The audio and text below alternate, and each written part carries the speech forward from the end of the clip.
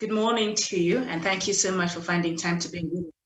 This is Kenya and Africa at a glance. My name is Miriam Ogutu, and as usual, we're coming to you all the way from Kenya's capital here in Nairobi. And before I bring in my panelists for us to start conversation over some of these stories, let me just bring us up to date with the latest by looking at the headlines of the leading newspapers in Kenya this morning. And the Star newspaper, the main headline: Raila battle plan to neutralize Mudavadi. Oparanya says they will hold rallies in Busia on Thursday, Bungoma on Friday. The stories on page 4 and 5, and the main pictorial there is the 10 killed, 13 injured in Mandera terrorist attack, and you will find that there. And Kenyan terror suspect, I want to go home from Guantanamo. That is the story on page 3. And internet glitches today, CBC grades 3 and 5 assessment.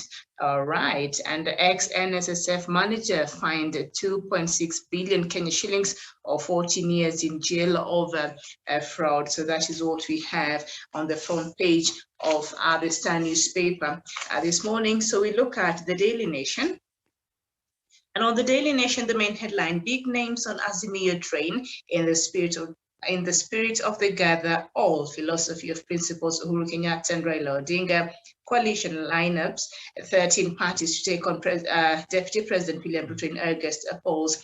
So we do have Jubilee, we do have NAC, led by Governor Charity Ngilu, Ubuntu People's Forum, led by Nakuru Governor Ali Kinyanjui. We do have the DAP Kenya, led by Wafula Wamunyinyi, and Muungano Party, led by Makueni Governor Kibudha Kibwana, and Party of National Unity, led by Agriculture CS Peter Munya, Pan-African Alliance, led by Kilifi Governor Amason Kingi, Maendeleo Chapchep, Governor Alfred Mutua, Kenya United Party, led by West Pokot Governor John Lonyangapuo. So that is a coalition among other parties that have joined Azimio in a bid, from what you're reading from the story, to take on Deputy President William Ruto. Righty.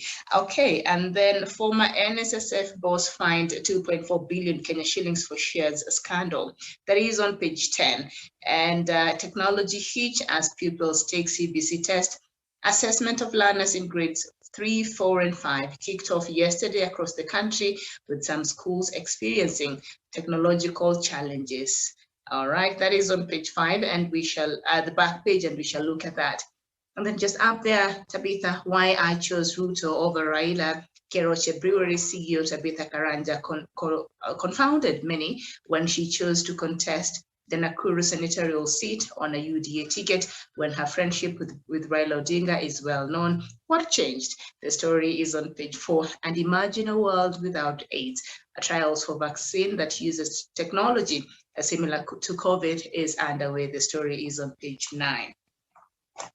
And then we move on to the Standard newspaper, and the main headline: shock, a 10 billion Kenya shillings fine for corrupt. It has now become painful to steal taxpayers' money after Magistrate Lawrence Mugambi imposes record fines on a corrupt NSSF official. His private sector accomplices and their firm, after they diverted 1.2 billion Kenya shillings from pensioners. The trial lasted 12 years. The story is on page 4. 7 killed, 13 injured in Mandera attack. All right, the other newspapers are saying 10 kills, so we'll see which is which. A relief as NHIF and hospitals strike a pay deal. Patients with medical card can now continue enjoying health services after the public insurer and private hospitals agreed to continue with their private partnership for another 2 months as they resolve their differences. The story is on page 6, and I think that is perhaps where we shall start our conversation this morning. That is what we have on the leading newspapers here in the country. Daniel Vesonga, very good morning to you. Thank you for joining us this morning. Yes, a very, very good morning, Miriam Ogutu. Good morning to our viewers here in Kenya, Africa, and the rest of the globe who are joining us this particular morning. And it is my pleasure to be on the conversation this morning. All right, like I said, let's just start with this relief by NHIF and everybody else that was going to be affected should the private sector, the private hospitals wanted to pull out of the deal. They're saying it's not working very well for them. But now, of course, the government, the Ministry of Health, moved in quickly, and I think they held talks and they agreed. And yesterday, it was a relief that they came out to announce that there's nothing to worry about. I mean, that is a good move. But why would we wait? Why would the ministry wait until these other partners threaten, to make this move? Because I believe maybe these are things, conversations they've been having, and then maybe they did not agree. So why would they wait until it comes to that point where threats are given and, steps that are likely to hurt more Kenyans are threatened to be taken for them to come to an agreement over something? Miriam, I think it is a kind of negligence and whatever Dr. Matsanga has been talking about all through, lack of social contract and patriotism from those people who hold offices in various government parastatals. You realize that yesterday also is the day where the former NSSF managing director was charged in a court of law for actually looting close to 1.2 billion Kenyan shillings, money which is meant for retirement of people who have been religiously been contributing to the scheme. So you realize even in NHIF, we still have people who are very, very crooked, who look at the money that the Kenyans have contributed for their own health insurance as a potential money to loot and be able to use it on their own personal benefit and all that. So you realize that these are people who are not really, really even concerned about the lives of the normal Kenyans. These are people who have the slightest regard that a common mwananchi could be having that NHIF fund as the only sole insurance money should they get sick and seek treatment, whether in public or private hospitals. Some of these people who work at NHIF do not use the same card to go for treatment. They're the same people who go to Nairobi Hospital, Karen Hospital, and many, many other bigger hospitals. If you are to go for the managing director of the same institution, you'll realize that these are persons who has an insurance cover of up to even 1.5 million or even more than that. And these are the same people, if they were to fall sick, Miriam, they'll actually rush to go to India or South Africa. So therefore, NHIF does not work for them. But you realize that this NHIF is for the local mwananchi, the people who are the lowest strata of our community, of our society. And these are the people that President Uhuru Kenyatta has been trying to alleviate for the longest time through the universal health coverage. So when we have a few individuals at NHIF playing ping pong games with the Kenyans' money, that we do have this scheme actually working for the people of Kenya. I think it is a dangerous game to play, Miriam. And thank goodness that we have an agreement between the Ministry of Health and those private hospitals, which had actually planned to pull out, because that would have been a disaster. So going into the future, we should investigate how is NHIF being run. We don't want, after some few years, having maybe the top management of NHIF also being held in court over a graft of billions of shillings. We need to wake up to the call right now and do a thorough audit of how this institution is being run and how safe Kenyans actually are by investing their money with NHIF. Otherwise, Miriam, just like any other parastatal, we might as well one day wake up only to find that things have gone haywire and it will be too late. All right, very well, thank you. And you brought in the issue of NSSF. Let's just get into that quickly before we move on to other stories. A magistrate yesterday bolstered the war against corruption by setting a new record of 9.6 billion Kenya shillings in fines for 4 individuals and a company that defrauded the National Social Security Fund of 1.2 billion Kenya shillings. The ruling by Anti-Corruption Chief Magistrate Lawrence Mugabe comes as a painful lesson for former NSSF investment manager Francis Muturi, a public servant, and 3 managers of a private company, Discount Securities Limited. Muturi and David Githaiga, Wilfred Weru, and Isaac Nyamongo will either have to pay the fine or serve 14 years in prison each. The shock ruling is likely to send cold shivers across other corruption networks, as the magistrate showed no mercy when he fined the graft lords almost 9 times the 1.2 billion Kenya shillings that they stole from pensioners through fraudulent transactions done in 2008. And I think the kind of fines and the bail conditions that sometimes are given in some of these cases, I think we've talked about here before, they're usually very, very lenient. But on this one, the judge charged them, fined them, 9 times more than what actually was lost. So this kinds of move will help us in fighting corruption. And we're joined by Dr. Matanga this morning. Doctor, very good morning to you. Good morning. Thank you very much. First of all, Miriam, before I jump on the NSS story, I want to touch on the story of NHIF. Time and time again on this show, from the time when the Big Four were inaugurated by His Excellency the President, we have been saying that there should be benchmark. I think you remember me using the word benchmark to some countries where things have worked very, very nicely.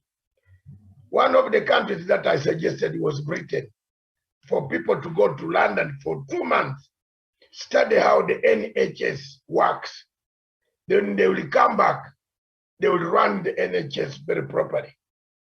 Why it is having all these problems with the doctors now is because universal health care has not been properly restructured.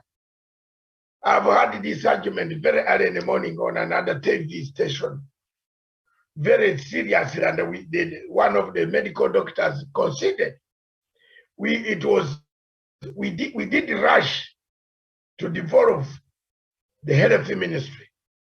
We did rush.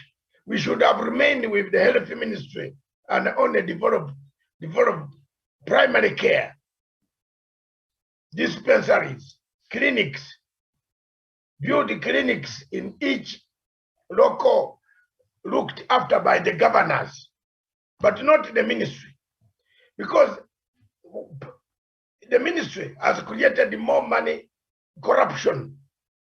This Ministry of Health developed has created more corruption up country.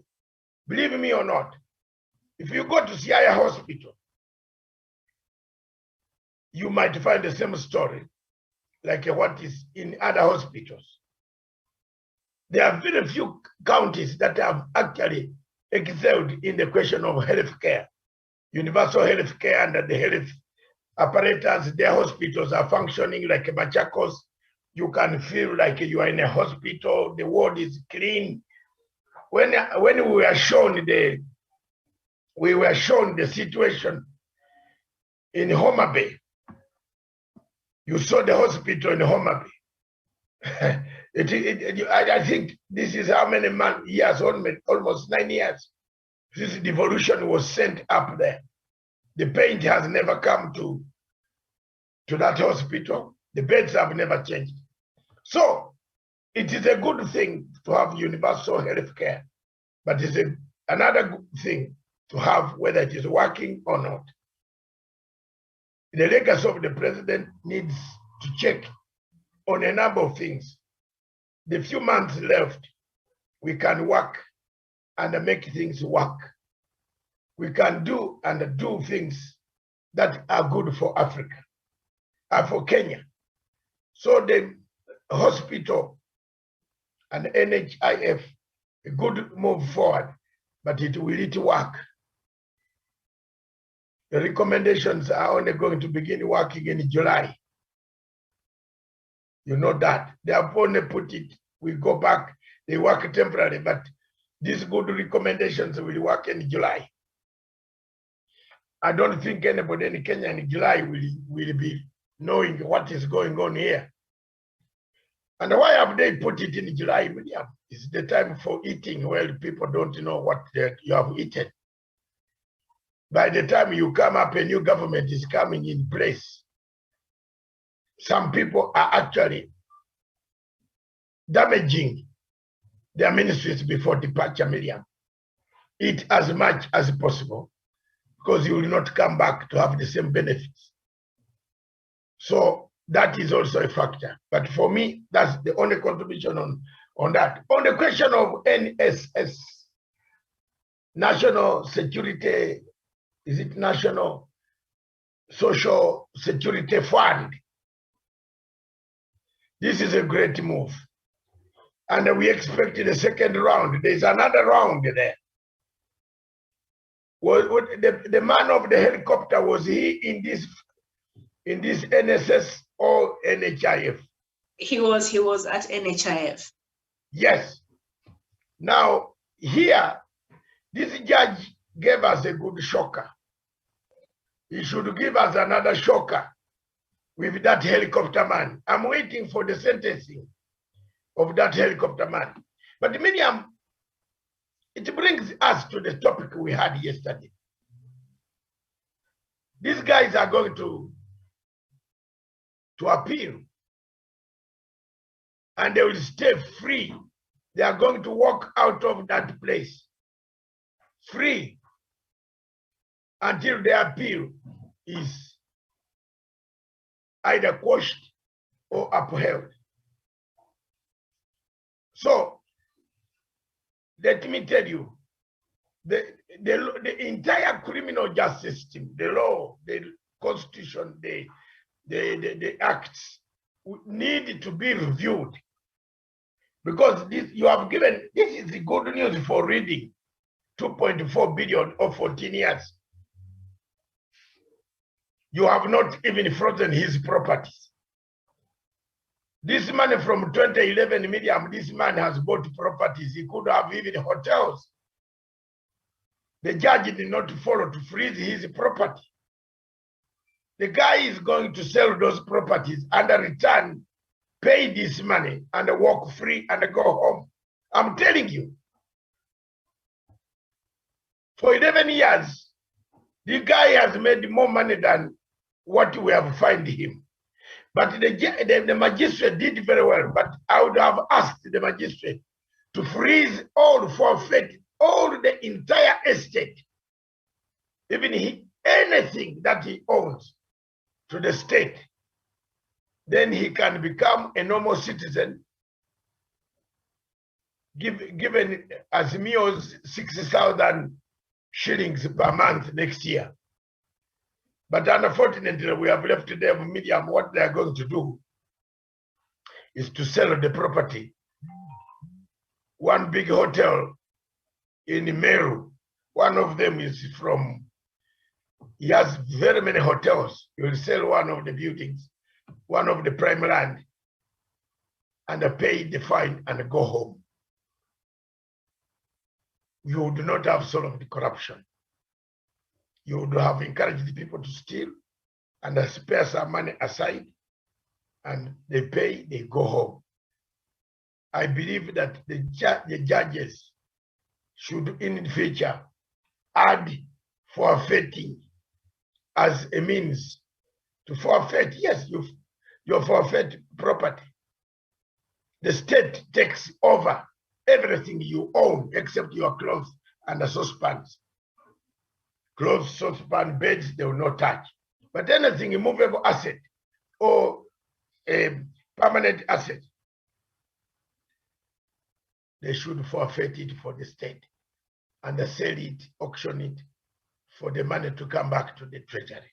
I submit. And Doc, before you move on, there's something you brought up when you were talking when you were looking at the NHIF scandal story and what is going on now. And perhaps I think the question you posed, and I think we've talked about this here before, were we too quick to devolve, Matters Health? And as we've seen how that has been working, I don't think it's working very well. And even as we look at that, is it about time? We know President Uhuru Kenyatta, under his universal healthcare, we know it's part of his big four agendas to try and improve and make sure that we have Kenyans have more access to health facilities. But on top of just building and making sure that we have more health facilities, is it about time now the government went to the next level of making sure that our public health facilities are well equipped, so that you will not even need to bring these private hospitals on board if you can have a properly equipped health facilities for the public, then it will solve half of these problems. Still, they will eat, Miriam. They will eat. They will eat. Someone will steal the money, Miriam. So the only thing that we, honestly, any government that will come in Kenya must change the constitution.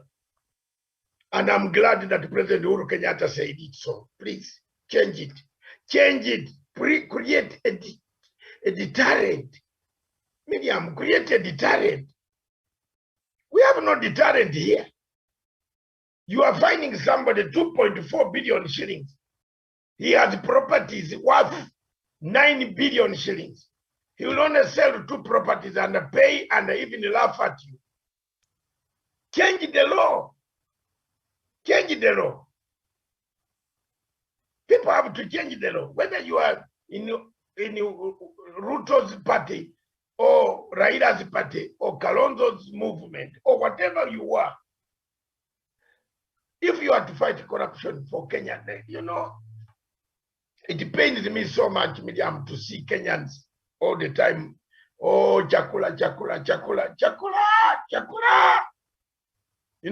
There's this man of Red Cross, he retired. That gentleman of Red Cross, he's my good friend. Every time he's crying, tears, making concert. Surely, a country with rivers, a country with a lot of fertile soil where for millions of years, do you know there are certain places in Kenya, for 1 million years, nobody has even touched the soil. Do you know that? It's plenty. But yet we have a budget of mechanized tractors. Ruto telling people each county will have several tractors. Where are they? They imported them in terms of money. They got the money from the budget from Ichungwa. After sending the money to Ichungwa sent the money to, it's like a football. Ichungwa na mpira, then he sent check. Paulo Kacheru na mpira in procurement. Have you seen Paulo Kacheru anaenda na mpira, anasukuma kwa Aden Duale in construction of dams. You remember that scandal of Aden Duale? Hey, then Aden Duale goro inaingia kwa Ruto.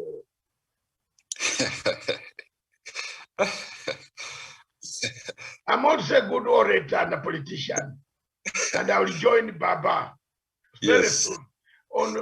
Dressed in my blue colors, I will be campaigning alongside. You will see the crowd I will pull. In Kenya here, I will pull the crowd, I'm telling you.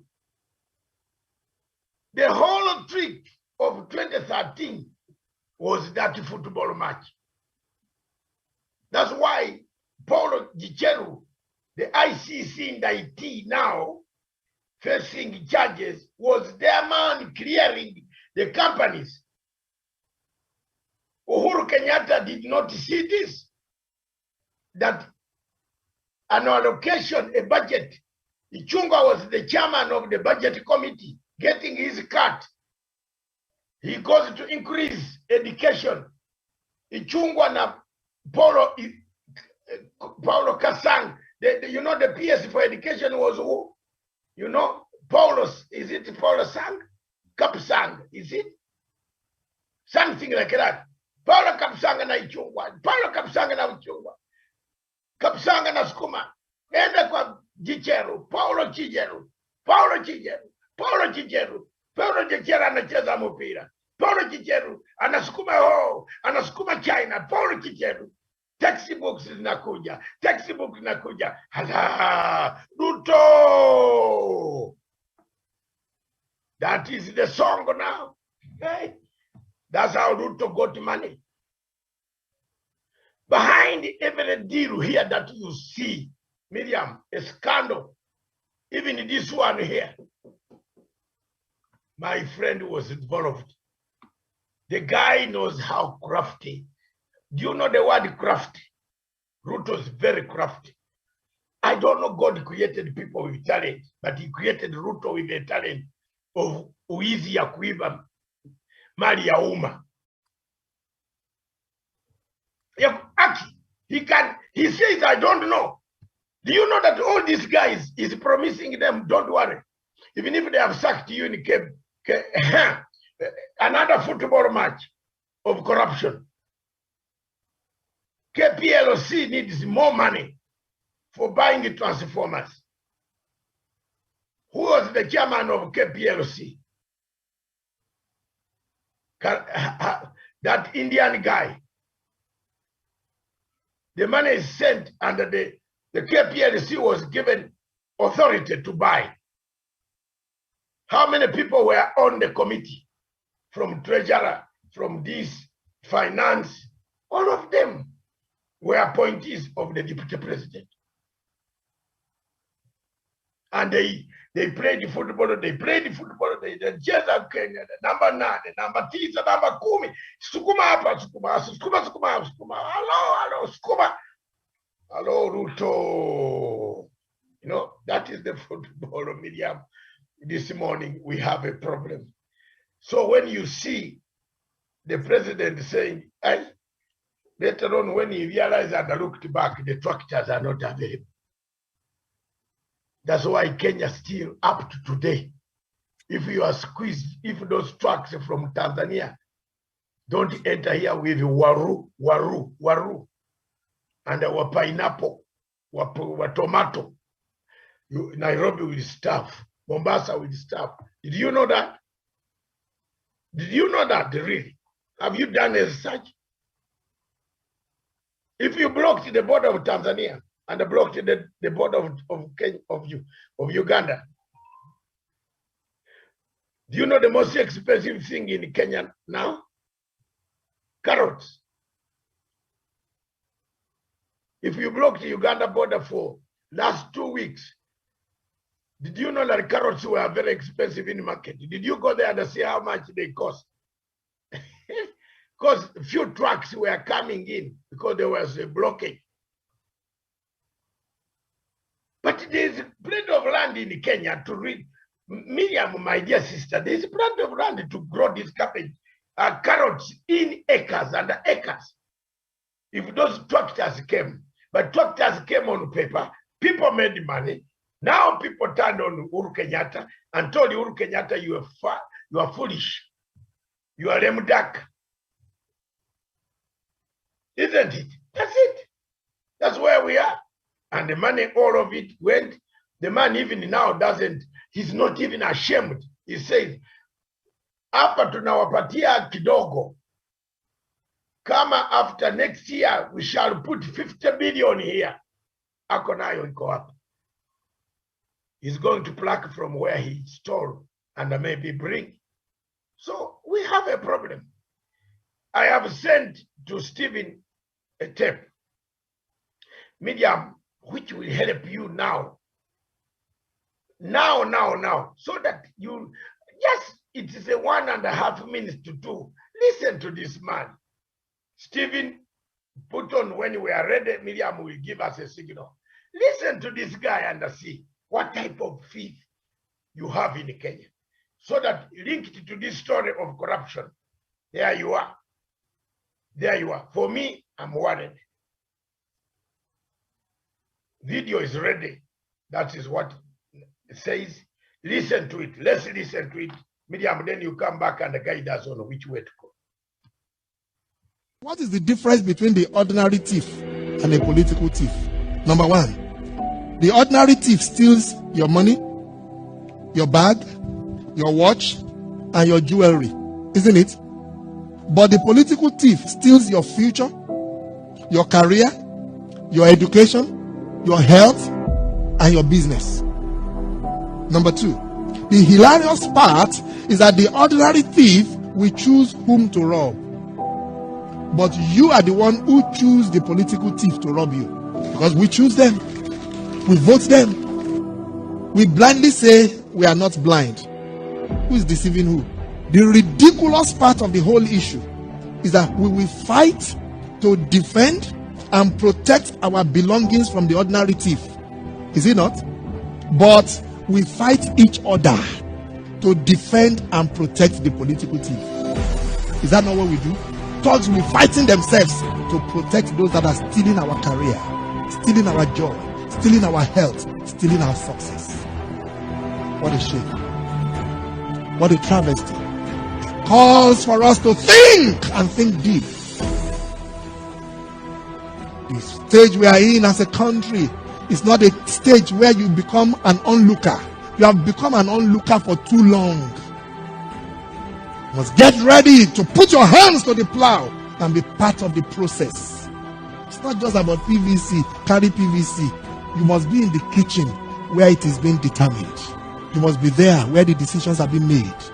If we are there in our numbers, they cannot outnumber us. But you leave it aloof. Oh, no, it's too dirty. It's a dirty game. And then the dirty guy is getting to the game of play. And you are there not showing up. And when they begin to make the decisions, you will know whether it's a dirty game or not. The result is always dirty on yours. Dirty on your health. Dirty on your business. Dirty on your success and your career. I hope that is stirring up something in you. You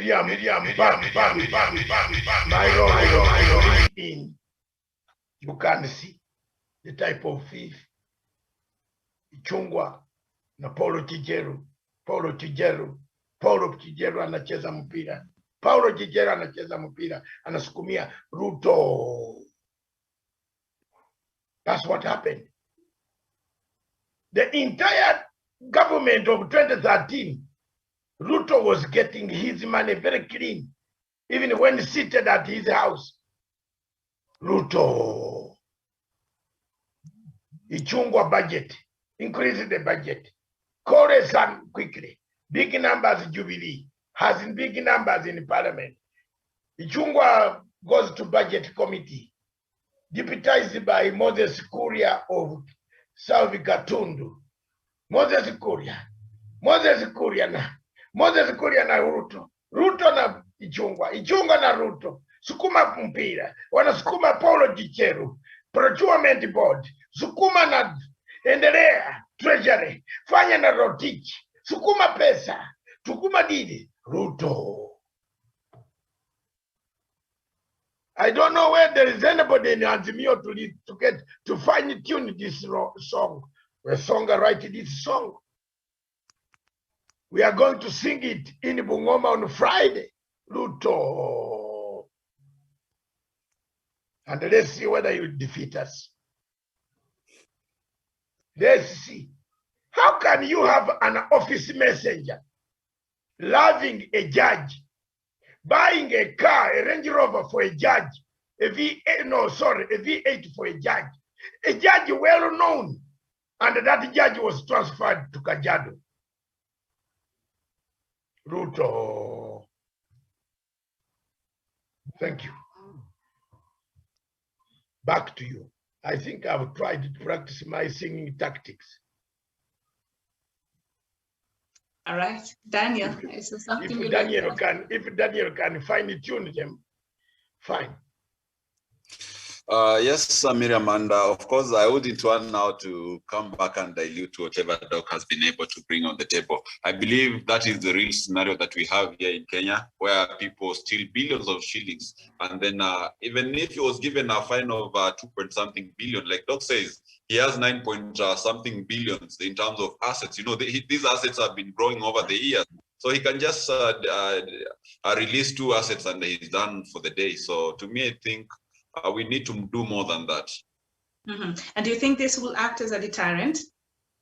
Of course, Miriam, it was not until Waluke, Wahungu, and the core accused were charged with a very, very hefty fine that Kenyans actually started waking up. Otherwise, before then, people really believed that you could still maybe, let's say, 1 billion shillings, you put aside 100 million shillings to bribe judges, you put about 50 million for your lawyers, and then when you are brought before the court of law, you will pay a total of 150 million Kenyan shillings out of your 1 billion, and you are off the hook. You remain with 700 and around 850 million shillings to hammer. So I think that will serve as a deterrent, and we should really, really thank President Uhuru Kenyatta, who unmincingly has been very, very categorical about war against corruption. However, we must say that we only have few individuals like this judge and Magistrate Juma, who are very, very much committed about fighting corruption in the judiciary. Otherwise, the rest of the judges are either being accused of corruption or maybe they are non-committal about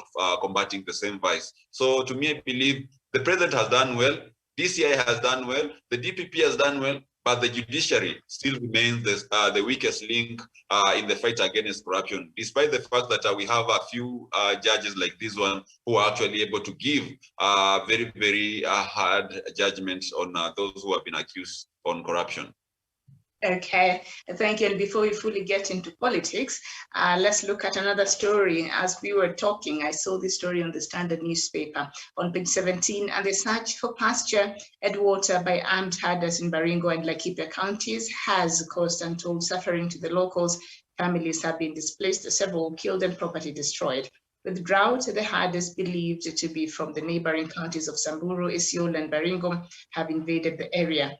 On Saturday, armed herders shot and injured 2 people in Moyuet, Mochongoi, Baringo County. Area Assistant Chief Stephen Lobelos confirmed, and of course 7 villages have been affected. And so the problem, according to, it's a long story. It has to do with the lack of water and lack of pasture. Are there things that we can do as a country? It's 2022. We have places in this country that don't have enough water.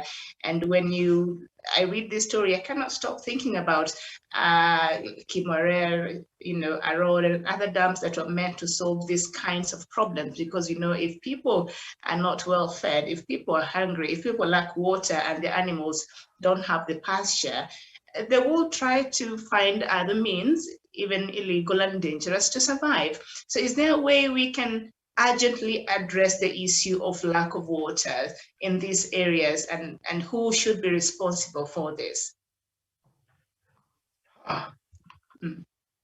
Miriam, the question that you have raised combines everything. It combines, but it is a cocktail of disaster. You have combined corruption, you have combined the lawyers, you have combined security, but there is one hinge common denominator in all the things that, whether you touch of no water, whether you touch of insecurity, whether you touch on what, there is one common denominator. That is corruption.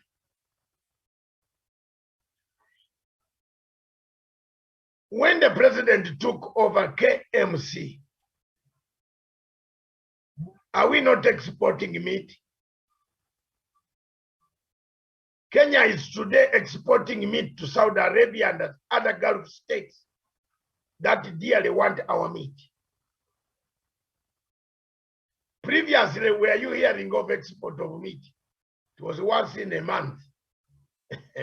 But today, as we speak, the Kenya Meat Commission is exporting meat on a daily basis. If you go at Jomo Kenyatta International Airport, there's an aircraft on Qatar, Emirates.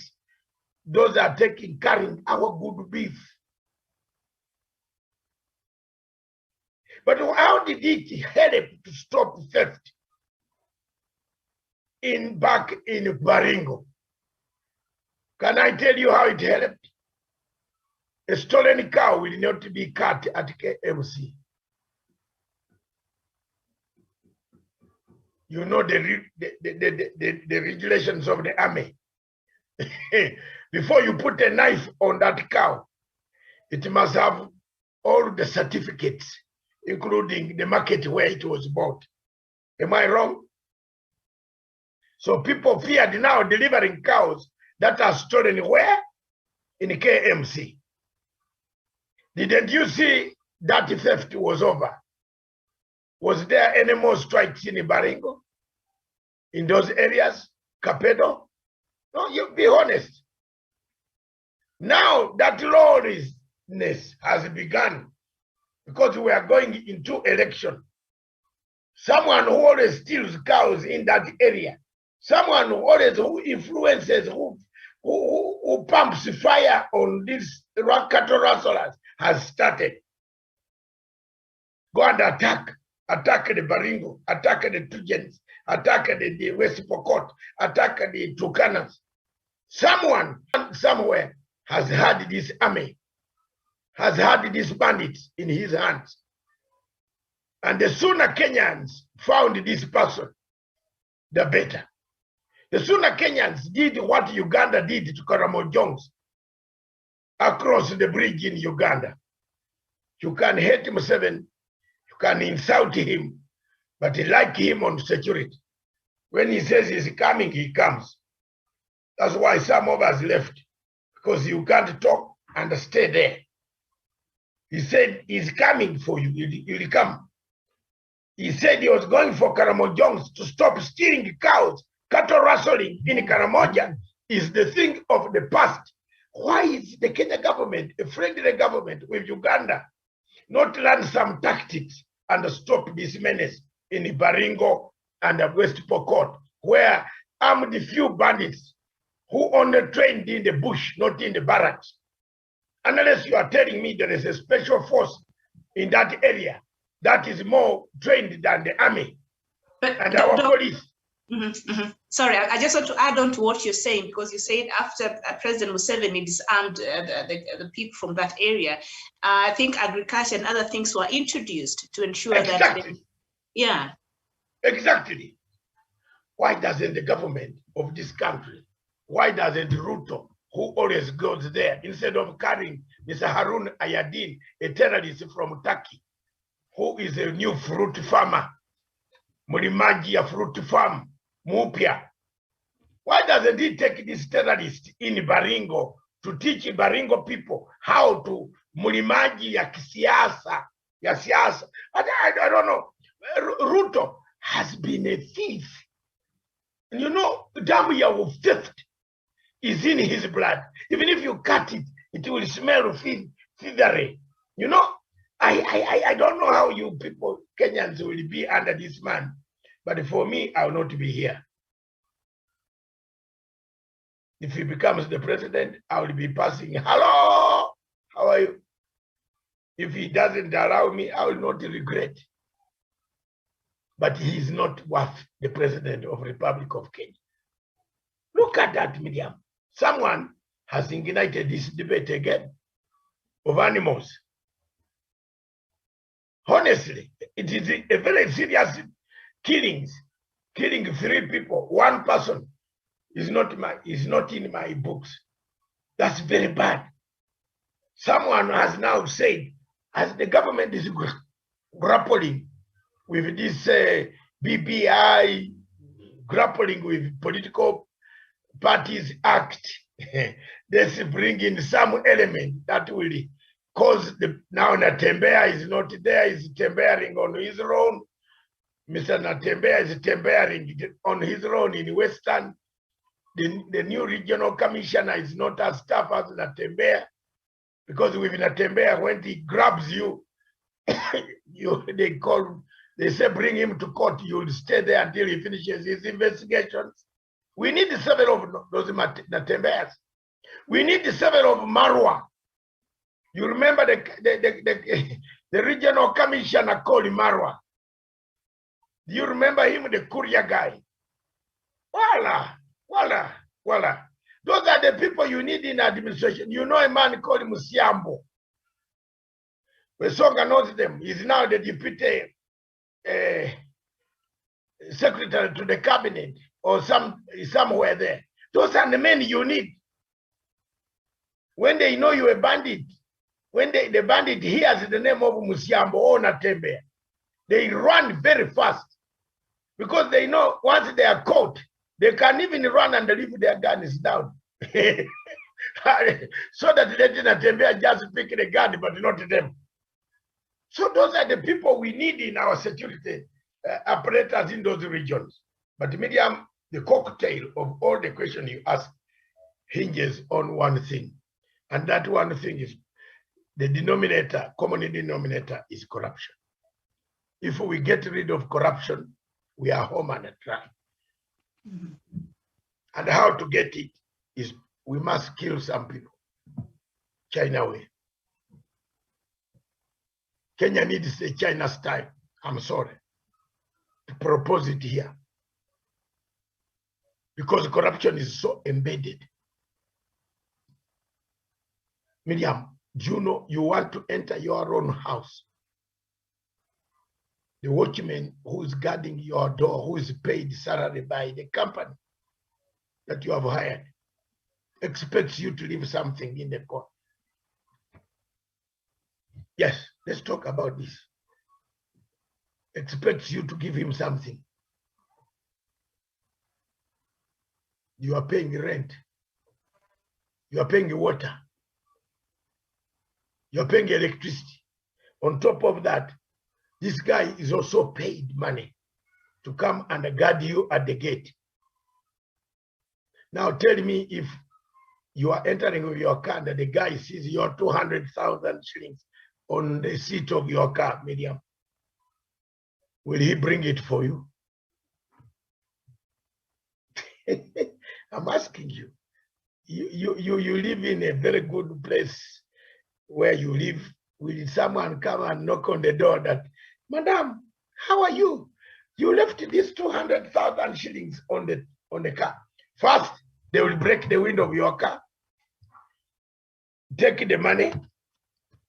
Then the watchman, the same watchman, will come and report to you that, Madam, it seems you left someone has broken your window. Then you ask him, how did he break the window when there is CCTV?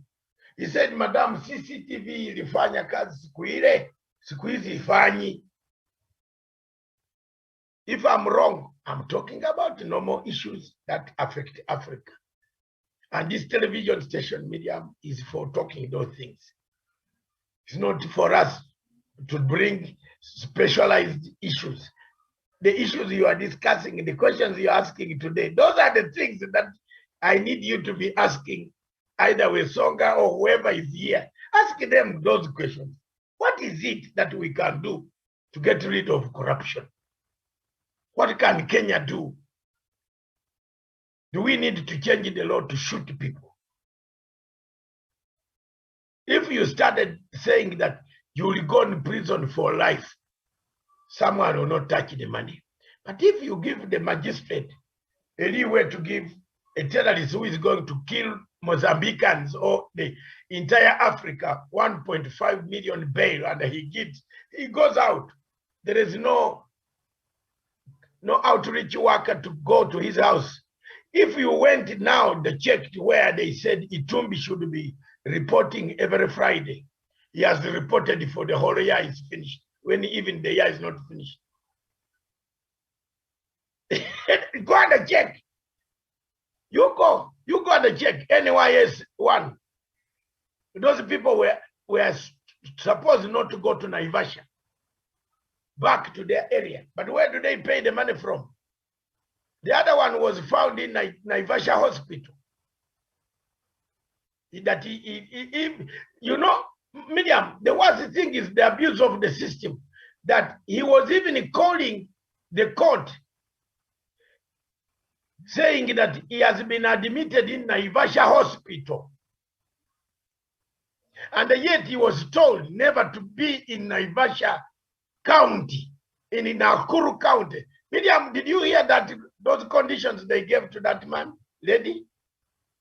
Then he calls the court to say, oh, because Naivasha hospital admitted in a fellow sick. How did you go there? How? Tuambiane ukweli, how? Who polices these bail conditions? Nobody. The Minister of Labor and Social Services, Cheligwe, is busy washing the feet of Ruto everywhere. Tall as he is, taller than Ruto, he washes Ruto's feet. Bigger than Ruto, like a Mudavadi, he washes the feet of a small man here, washing feet. Mimi, I wash my own feet. I'm big and I wash my feet. I'm sorry. I have not called any Mudavadi to wash my feet. These are some of the things that Kenyans should be discussing, other than bringing us Sijui camera from where, this, that, or Reverend Natasha marrying a Muhindi is very good. We need him. It's not a miracle anymore. So many Wahindis have married Africans. So is that a story that you can put in your newspaper and say you are selling? Why don't you ask where does she get the money to marry even a Muhindi? To have all those bodyguards. It's mafia. We are playing mafia here. You go and blame Mrs. Raila Odinga because he has said some of these religions should be streamlined. And the media have been telling you every day, you laugh at me. Me, I would not go to those canisas, those churches where they play guitar, and then Miriam, I hope you don't shake the head. Oh, I enjoy the music. No!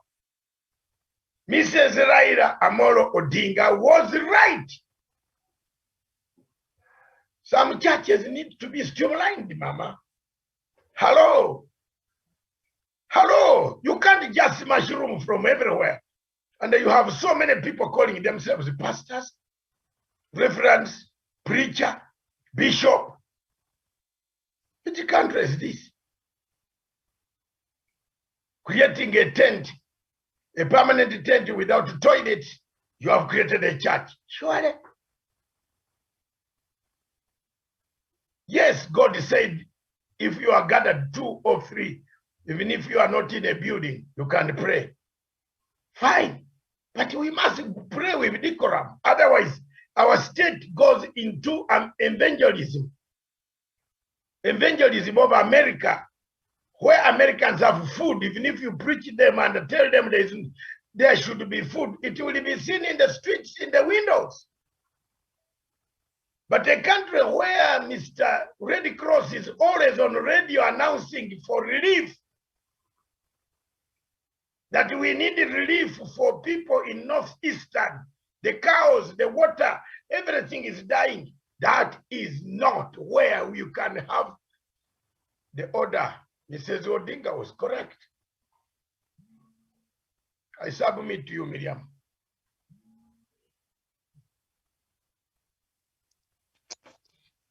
All right, Daniel Masanga, still on the same, and we've seen these issues of insecurity play out. And I think a couple of weeks ago, there were those killings that happened, I think in Meru, where the bandits killed some resident, and they were coming from, they were pastoralists, community trying to get pasture and water for their animals. And we've seen how that has been playing out in Laikipia and in Baringo. It has been something that has been persistent.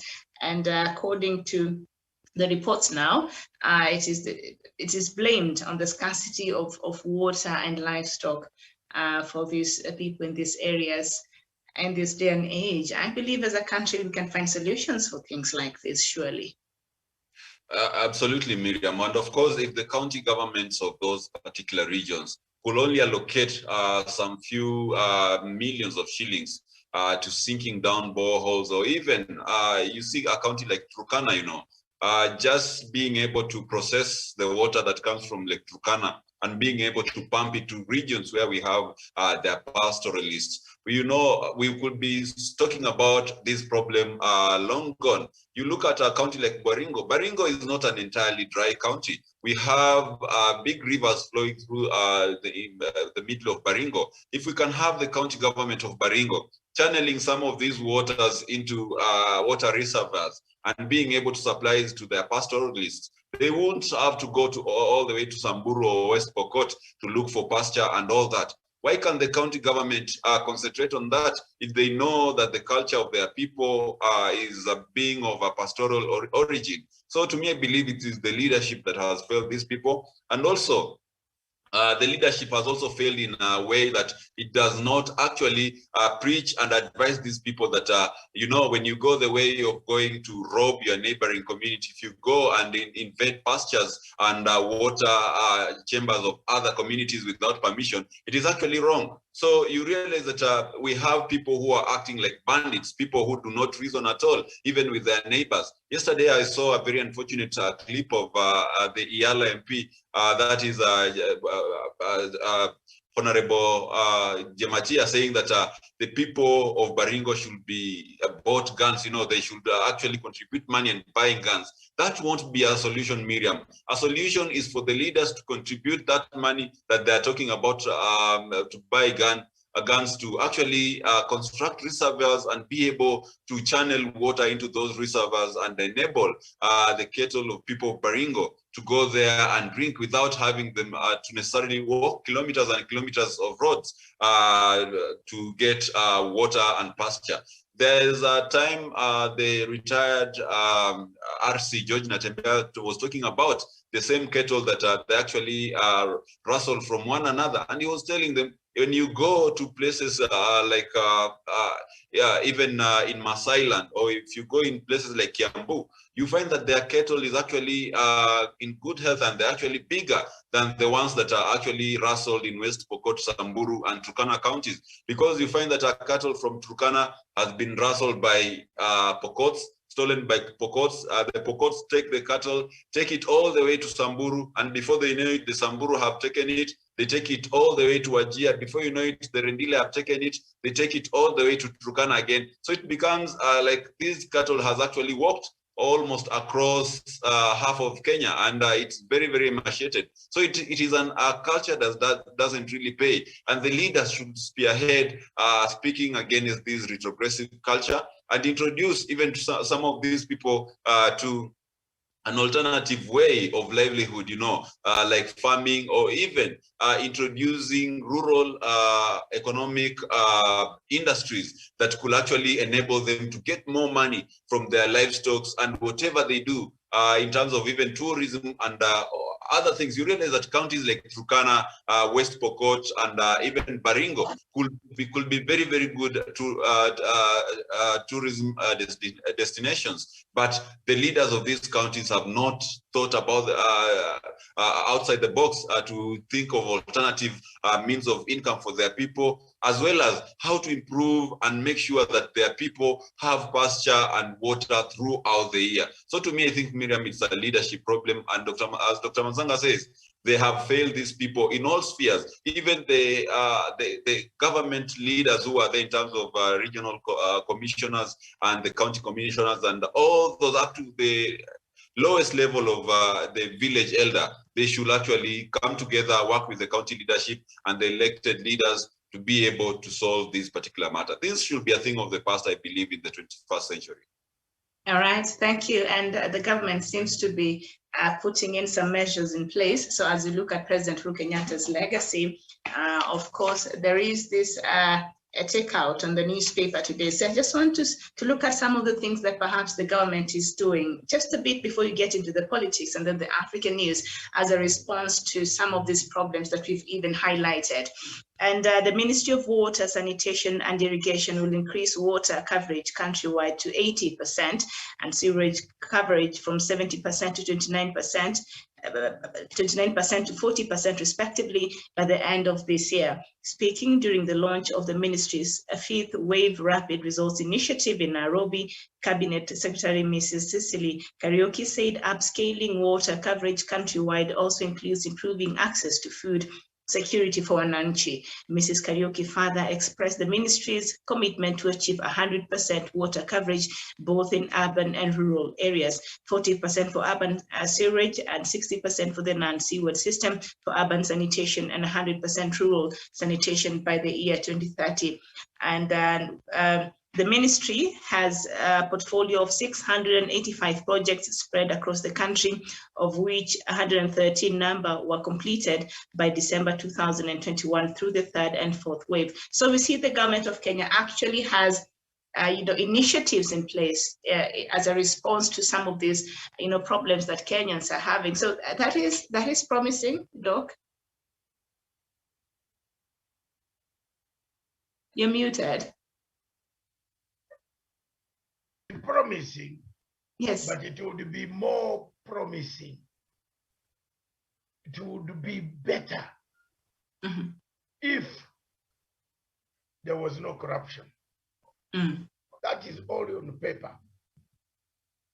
It is like the African Union telling us it will give us passports by 2063. There will be no gun on Africa. It's on paper. Tuambiane ukweli. As soon as they know that budget of 80%, they are going to ask for supplementary budget.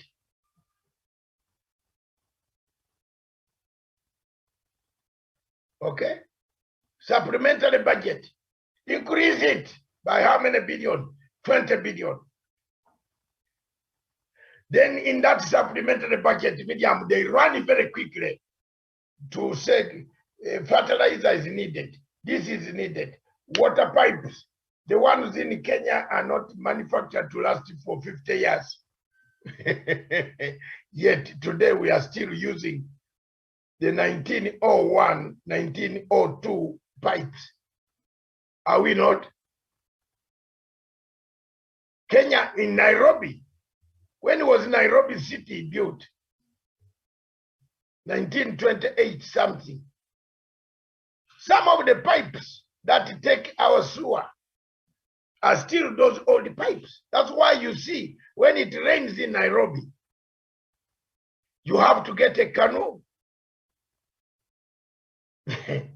One gentleman got a canoe in order to run on that whole highway to go and reach where he can get into his car. Because we are using pipes, sewage system. We have not expanded. We have expanded buildings. We are building every day. We are building. Miriam, we are building in Nairobi. But are we expanding our sewage system, our water system? Very soon, this water, that every building that comes up in Nairobi is digging its own borehole. This water will come out, will be finished. You never know. We don't know how much water is down there. No geological surveyor has ever told me, no geologist has ever told me. The people who study land, like Mudavadi, is a land surveyor. I don't know whether he surveys the top or the bottom. He's actually the bottom up and up bottom. I don't know. But he would tell us how much water is in Nairobi. Because at the moment, when the minister says by 80%, how much water do we know which is inside there? There are places in Britain now where you cannot sink a borehole. They warn you not to sink a borehole because you could cause more a catastrophe. Is the ministry aware of those such obstacles, or it is just making pronouncement that 80%?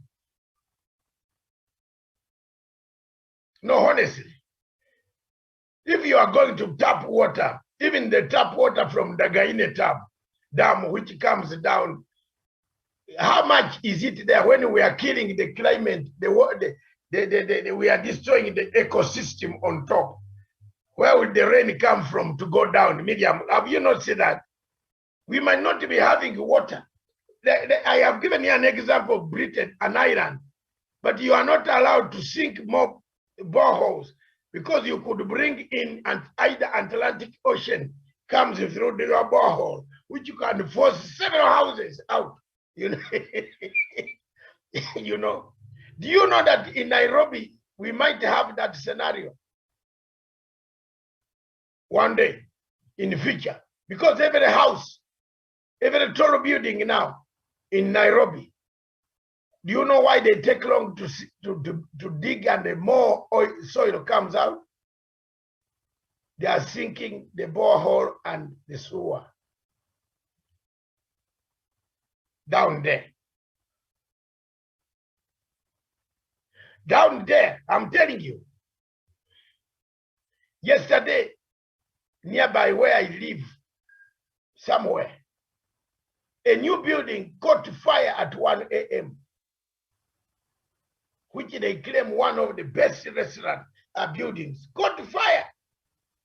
People were screaming. Some of them were screaming for us who were in this other building for help. I'm telling you. Because people there is corruption. How did you allow such a house to be occupied? Certificate has been paid money for, occupation certificate signed, water certificate signed, sewage certificate signed. Last night at 1 a.m., there was a fire.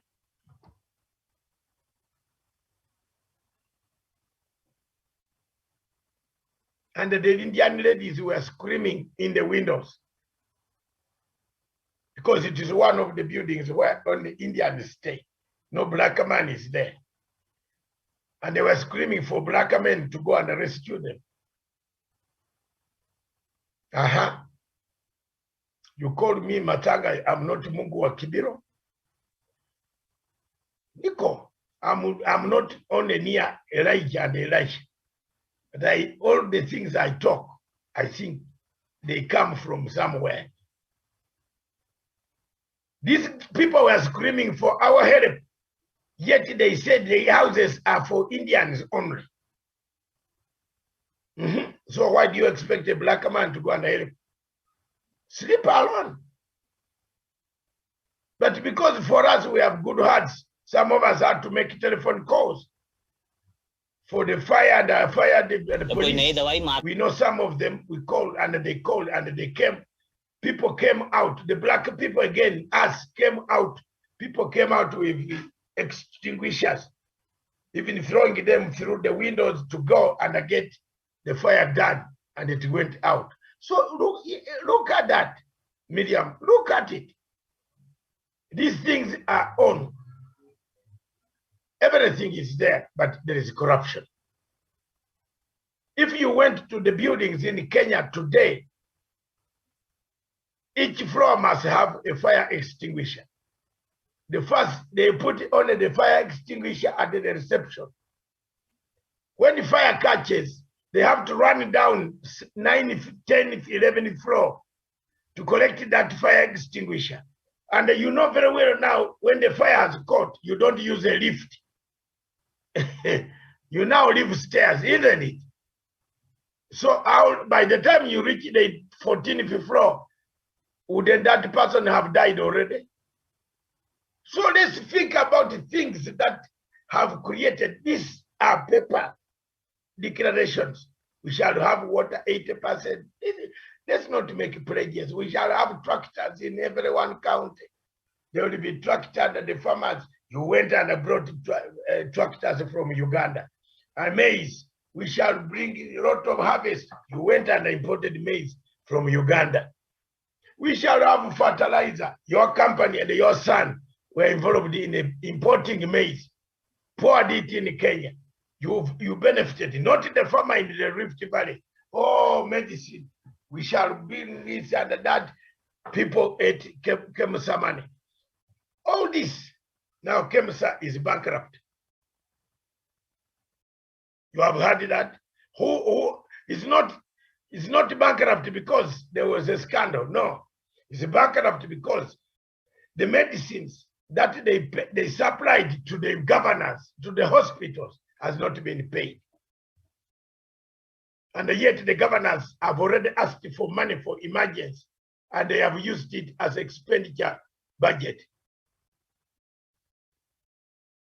The money that was allocated for payments of bills has been used for something else.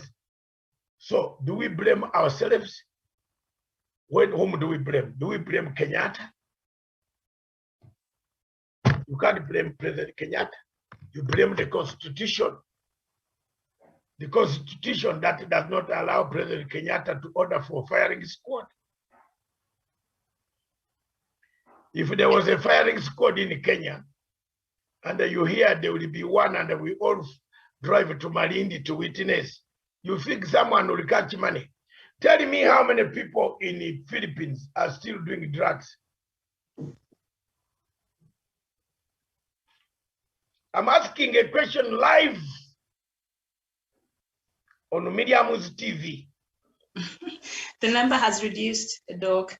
And, Yes. and the issue with KEMSA, you brought up KEMSA. I was watching that story, and KEMSA seems to be having a lot of problems because from what we get from there is that it has even overemployed by 55%. You know, people who are not even supposed to be working there. So problem. Why is there Madam Miriam Ogutu? Why is there overemployment, corruption? Pick a phone and say, you know what? Oh, managing director, I have 3 of my nieces. They finished school, yes, university, and I'm sending them to you. And I am giving them their number to call you. Please make sure you fix them. Corruption. Me, if you call me like that, if I have a vacancy and punchline, I don't give you. I refer you to go to school.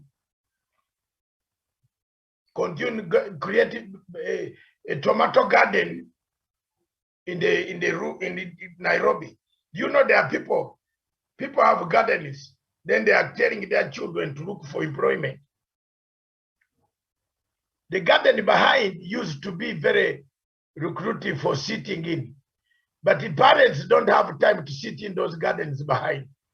Utilize them by growing food that can feed the family. Things like a waru, potatoes, banana, not banana, banana is shoot, Irish potatoes, vegetables, good vegetables. You can utilize your small garden at back, and you can have food that can keep you the whole month. Once the tomatoes are ripe, you don't need to go to market every day to buy. But when you tell a parent here, he's busy calling corruption, calling the managing director of KEMSA to employ his 3 nephews. Even those who passed with low grade are employed. You find him there, he doesn't know what an office looks like. The world needs to change. Madam Raila Odinga was correct. The churches need to be put on straight line. Some of the churches are vulgar. Some of the bishops tell our ladies after they have dressed at their homes to remove their knickers in front of the crowd. Yes, there's a pastor here, Nganga. He's only, you look at the way the words he speaks. Can I send if I find one of my people, friends going to that church, you'll never talk to me again. So you said that the churches should not be. No, you tell me. A pastor who tells you that before a miracle comes, I must see your breasts. Remove the blouse and we see the breast. Salvation will come. That is what it is happening, Miriam. It is vulgar. A bishop who has drunk with you up to 6 a.m. is telling you that don't worry, buying wine is a very bad thing in your house. Don't buy wine in a nightclub X in Kenya. He was drinking up to about 3 a.m. And even dancing better than us. Even fighting over our girlfriends, whom not me, but other people have brought their girlfriends. Miriam, Is this the society? All these things that you asked, CS for water, 80%, a mirage. It's like, do you know what? It is like AU telling us we shall get all African passport. How many years are these now? Very true. How many? It is like AU telling us President Uhuru Kenyatta will be soon next week or this week on Saturday. He will be going to Addis Ababa. Mr. President, I just want to ask you one question, Your Excellency. Where is the money that 1 million shillings, $1 million that President Uhuru Kenyatta paid for the African Court of Justice?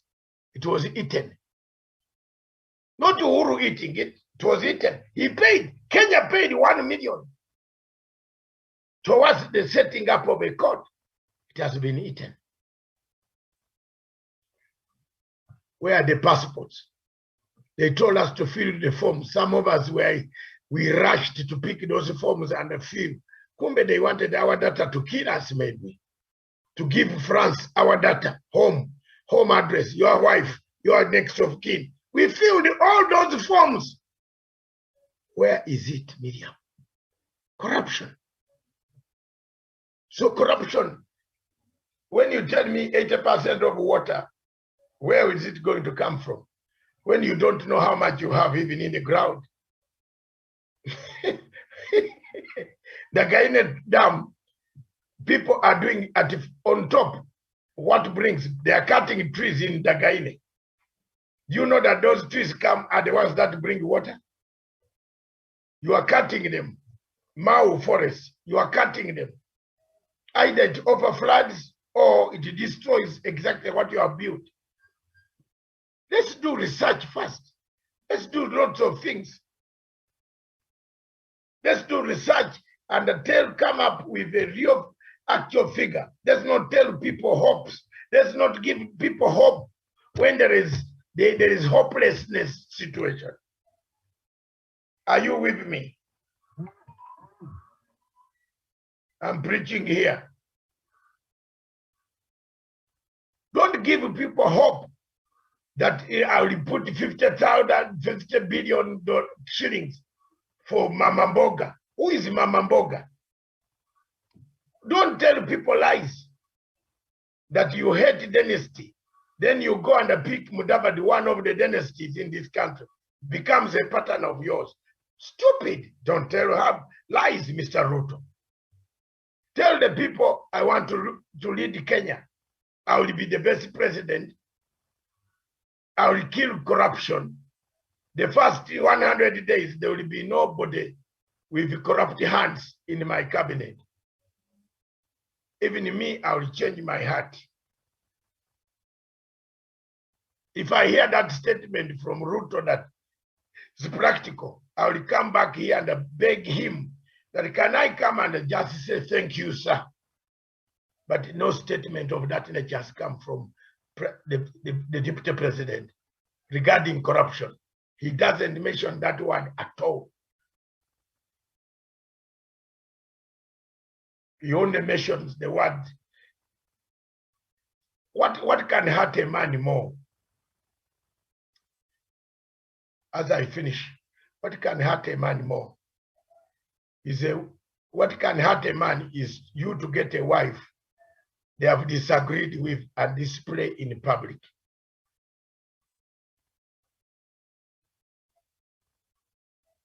It's very bad. It's very, very cheap, very dangerous. And such a woman, if I had children with him, I would even refuse the children. If I were at all, I would tell them to go and look for their parents so that she can feel the pinch. What would happen if Madame Rachel was introduced by somebody? Are there no people who would like to introduce her? Miriam, it would sound better.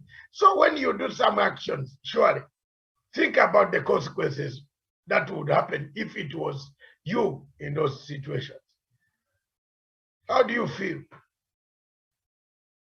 Mudavadi's marriage and other things, all this corruption, all this, how do you feel? You can't be married and carry. Madam Miriam, it is like, we might not have time to discuss this, but the marriage of Mudavadi is collapsing very slowly, very fast in UDA because he got married, but he left clothes in the other husband's house. You get my point?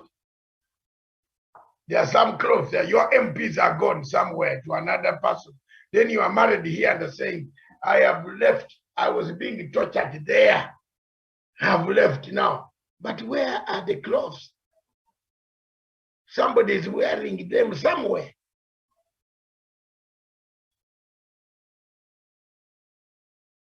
So Africa, Kenya has a problem similar to Uganda. But there is change of law in Rwanda and Uganda. In Rwanda, once you touch the money, in Uganda, once you touch the money of corruption medium, and you are in corruption court, it is well printed on Ginger Road when you are coming off Kampala, that anti-corruption court in big letters. When you go in that court, the chances of you coming back are very small. And when Museveni knows you stole money, he even writes to the judge that he fixed him for 20 years. Until that letter of the president is eaten by termites. Do you know where you will be, Miriam? You will languish there. Termites, if they come and they eat the letter, then one morning they check in, the termite letter is missing. They will release you. Ethiopia up here. If a minister of Ethiopia traveling with you in London, he has carried only 500 pounds. How much does our CS carry when they are going to London? They carry entire petty cash of the whole 2 months. Am I wrong, Miriam? In dollars.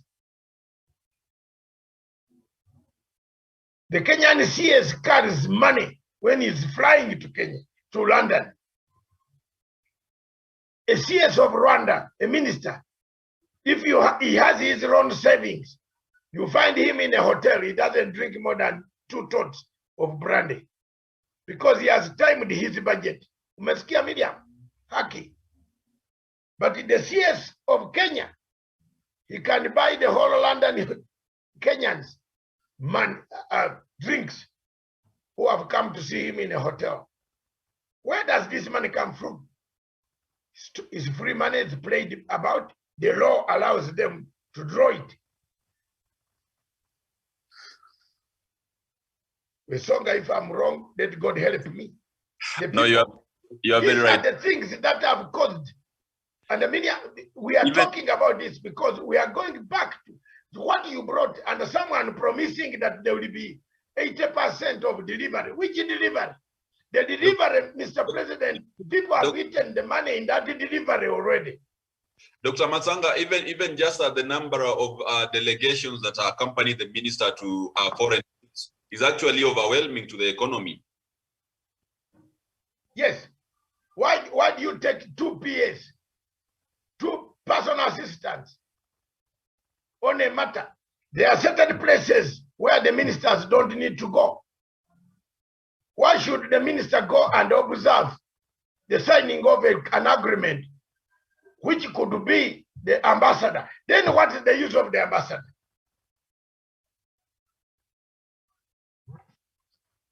What's the use of the ambassador?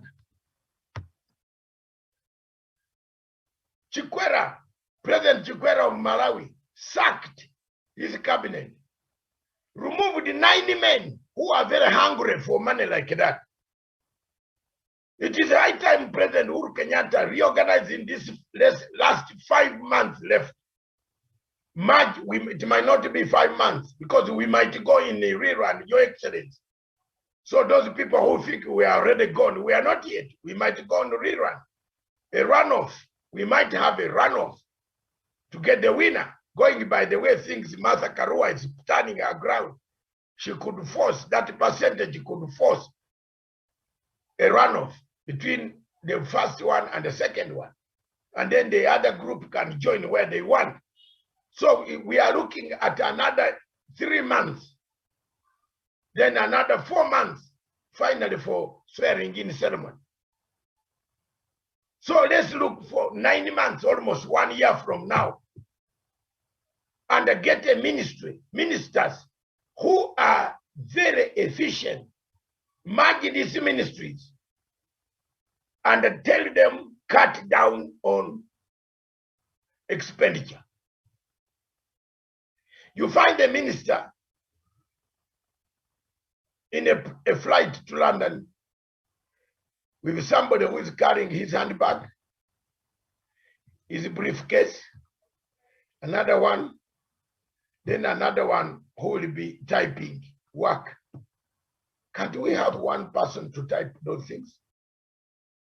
In foreign land? In foreign land, you reach London, you call, what do? Just call secretariat, they come to the office. A Muzungu doesn't know you, does not need to know you. She will type that work, clean it, even in good English, better than the one you have carried on a flight. Eh? Why do you carry 4 people, Miriam? It's a waste of money. And that money could go. The man of KRA has collected this money painfully. And I want to take this opportunity to thank the Director General of KRA, my good friend Mburu. Thank you very much. You have done very well as far as money collection is concerned. You have done very well. You have tried. You have done excellent work, your Director General. And the time has come for us to accredit Director Generals who have worked so hard. Director General of National Intelligence Service, you have done very well.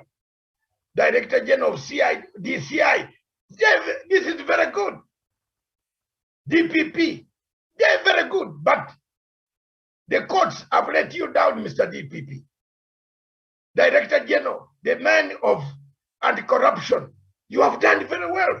You are capturing people. These are agencies that have worked. Director General of Immigration, smooth. There's no corruption scandal in immigration. You give your passport, you go. If the passport is faulted, they will impound you. I've seen them impounding people there.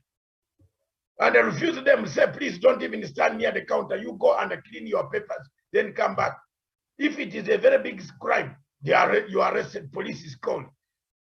That is immigration in Kenya. It is working. The money in Kenya Meat Commission, it is working. The money in Nairobi, we are working.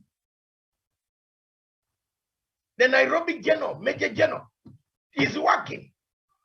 Look at the other guy in wildlife, another retired general. It is working. Let's mention them. Let's go. Where things are, where still corruption is hearing, is Kenya Ports Authority. Mr. President, get another retired general, put it there. People will run. Kenny Jen, retired CDF, Mataki is the chairman. Things are working. You don't mess around there anymore. Things are working. We have about 9 months, because if you look at a runoff, 3 months, the president is still in power. Before he hands over power, you have to do an election, isn't it, Madiam? The constitution is very clear. Yes, because going by the way things are, by the time we reach somewhere in June, these people will be about 42, 42, 43%. I've seen it. Ruto will not have 50. If things go the way they are, 45, 47, that is the percentage you Kenyans are going to have. We shall have a runoff.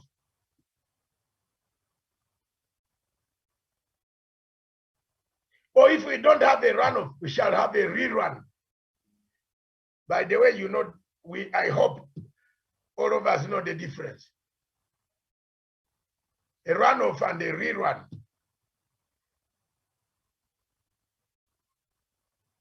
Can I explain politically?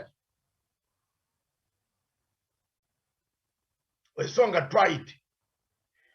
If you don't know, keep quiet, then I'll start. I think I'll give you the go ahead, Doc. I don't want Medium, a runoff is failing to act to get 50+1. And a rerun is ordered by court, like the one we had. The one we had in 2017. The election to be rerun, a rerun, and a runoff. They are two different things. I think you agree with. If you don't agree, Google them and see. A runoff means you have failed to garner 50+1%. A rerun is ordered by the court, Supreme Court. There must be a rerun. This election was not in compliance with this, blah, blah, blah, blah, blah, blah, blah. Go back. They are not the same. And never again, let's not make a mistake ever to think they are the same. Because educated as we are, we might make a mistake and say we are the same. They are not. They are two different.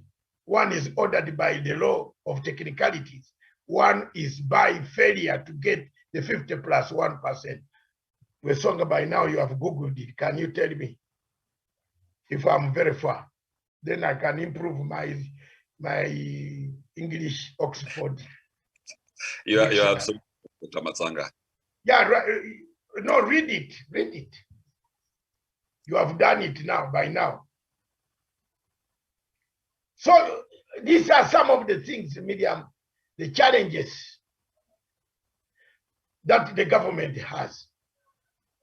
If you don't promise 80% of water. You know, the argument started from there. When you ask, we shall, well, this is a mirage like AU. We have a mirage. Mutakuwa 63, no gun. Where is the collecting center for guns? Yes, Dr. Matsanga, let me just, I can check it. And actually now from the definition, there's no actually a very definite definition, but they are saying a rerun in terms of even the last the election that we had last year in not last year but 2017 in October. That is what they call a rerun. So that is by the court nullifying an election, and also they have talked also about, yes, in that particular manner they have talked about an election which has been nullified, and therefore everything has to be done afresh. That is a rerun. And then let me just check on runoff. A runoff now, because a rerun is exactly whatever you've talked about, where yes. Go ahead. Yes, everything is cancelled, and now you have to repeat again. Yes. You are checking the other one. Yes, yes. Check while Medium ask any more questions as we close. Anything you want to ask, the dictionary is here. The political dictionary is here. A runoff occurs if no candidate received a majority of the votes. So that will take a runoff. Close it there. Close there. That's why I studied political science, my dear brother. When you don't garner 50+1 majority vote, it's a runoff. When it is technically knocked out by court, it's a rerun. I teach people, I've taught people, some of them have bigger PhDs than myself in South Thames College. Students, whites, when they say, no, teacher. That guy talks, but they, you know, the accent, they didn't know that this accent is good. They know some of them talk like me. What about those who talk Shen? Hey, Shen, hey, man, hey. No, it's better. That is it. in politics, ask me, call me anytime. If you have any political difficulties, especially Miriam in me, your essays. And I'm glad you are going to study. I was the top student, Doc. I have a certificate to show. I'm good. Yes, you are a top student. Yes, you have, but you learn a lot every day. Top students continue to learn a lot.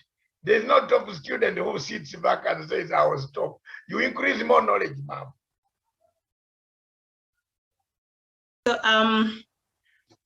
okay. So are we done with that? Have you agreed you increase more knowledge every day? Yeah, every day is a chance to learn. You can never, there's For always example, you could not, some people couldn't know what a runoff and a rerun was. It is in the Constitution. Yes, but it's in the Constitution. But when it is in the Constitution, when you don't know it, there are many Kenyans who think that Maraga called for a runoff. No, not people like you. You know it because you have read it. But there are many Kenyans who don't know that when Maraga nullified an election, is not a runoff. Let's agree. Let's agree and move on that. That's why we make mistakes of corruption. People tell us there will be water. Which water? People tell us there is food. Where's the money we collect for food every day? We are crying on this telephone, on this TV every day. This northeastern, the animals are dying. We bring pictures. Where is the money we collect? The government allocates money to this Ministry of Livestock. Where is it? People are dying of hunger. Where is the money? Where is the money? Nobody can ask for this money in Kenya. Where has it gone? Yesterday I saw pictures of animals dying somewhere. You saw. It's very pathetic. A woman carrying a jerrycan which is empty for 10 miles to collect water. And these MPs are saying that I am Huda, following a man who has money in his Songoi home.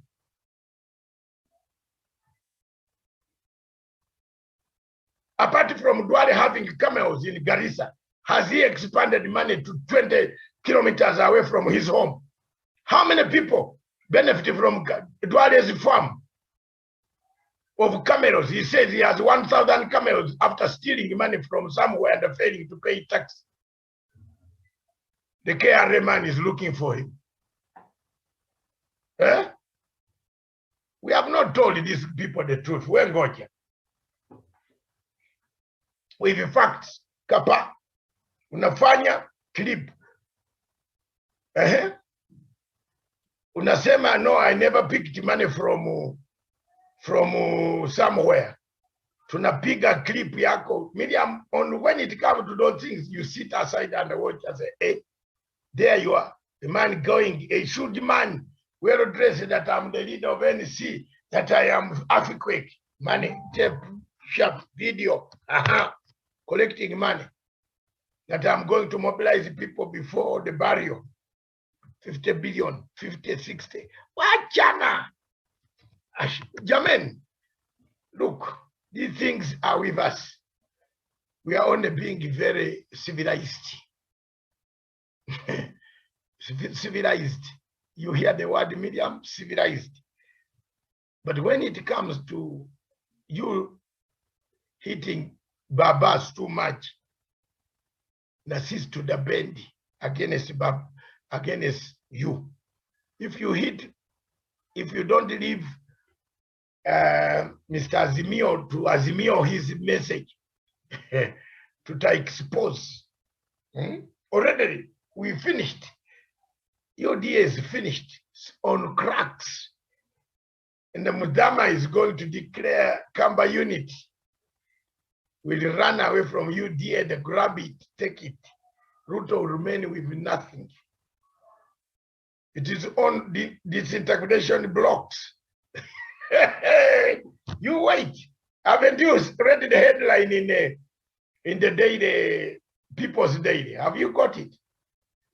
No, because I wanted us to finish that because we've not even looked at politics. Then we look at the sentiments by Mudama, and then we just get to the African news. Okay. Yeah, so that we would have done our good hours. How many of them? 3. Or okay. 2. All right. Let's just move on to the next story now. Page 5 on the Daily Nation. Deputy President William Ruto's United Democratic Alliance has dismissed reports that the party plans to share top positions with friendly outfits if it forms the next government. UDA also says it won't challenge the new political parties law that President Kenyatta signed last Thursday. Speaking in Nairobi yesterday, UDA chairperson Johnson Mudama said reports in the media about a deal with affiliate parties amounted to speculation, and that the party had not reached any coalition agreement with those outfits. Mr. Mudama said UDA is a national party and will ensure that democracy prevails in nominations. He added that nothing had been agreed upon between UDA, Amani National Congress, and Ford Kenya. Perhaps I'll start with you, Daniel Wesonga, before I get on to Doc. When you had these sentiments, I don't know, what did you think of? Well, foreplay, or this is just a strategy by UDA to perhaps continue keeping Kenyans guessing, because after what he said, Kenyans had so much to say. Wasonga. All right, Wasonga is not there.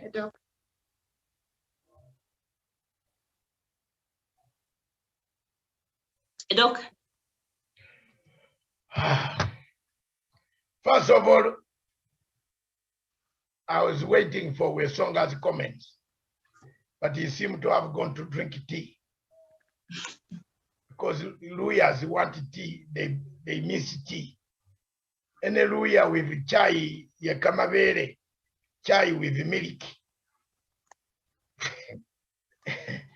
So Wesonga is going to drink tea. Let me take his position. Medium. I had Mudama yesterday. And I've just heard this morning, Mr. Kachagwa, Rigathi Kachagwa. Kachagwa says there has been consultations and the meetings and the talks between the top echelons of UDA. Mudama says he has never heard, which could be true, because Mudama might not have, would have not accepted Mudavadi anyway, or would not have accepted the way they were treated the other time. You remember Mudama was at the Uhuru Gardens, at the swearing in ceremony. Do you remember that Mudama was there? Yes, at Uhuru Park. And Mudama suffered. He was torn under his pictures, his pants. We saw his inner pants out because of the behavior of the Mudamas, of the Mudavadi and the Wetangula. He was a senator. That picture can be brought back. So Mudama is the last man who would have accepted if we knew that there was discussions between Ruto and these guys. He would have refused. So what Ruto did was to go ahead and do the deal himself. And they brought it on the people. Now, they even had an agreement written. Nobody is saying that paper circulating is fake. It's not a fake. They are only talking the publication, but none of the leaders said it's a fake document. Because some of us got that document right from Mudavadi's laptop. How? Don't worry. Because Mudavadi is also is organized by the state, isn't it? Is there anything that Mudavadi can do without the state of Kenya knowing? Is there? Apart from his life with his wife. And yeah, but the rest, don't forget, Mudavadi was a former vice president. He's 24 hours monitored, looked after. Isn't it, Miriam? So when you say you are moving out of your house, going somewhere, you pretend to have hidden from the camera. there is someone invisible looking at you. Even your voice, even if you use your daughter's telephone to call, that voice will be recorded. The two men disagreed on the way. One is saying there had been negotiations. The other one says no. So what does it bring us to? It brings us to where we have been and where we shall continue to be, and what we shall tell you the truth. The truth is, by May, there will be no alliance. The Kwanza alliance, Kenya Kwanza, is Mudavadi's formation, which is trying to sell to Ruto.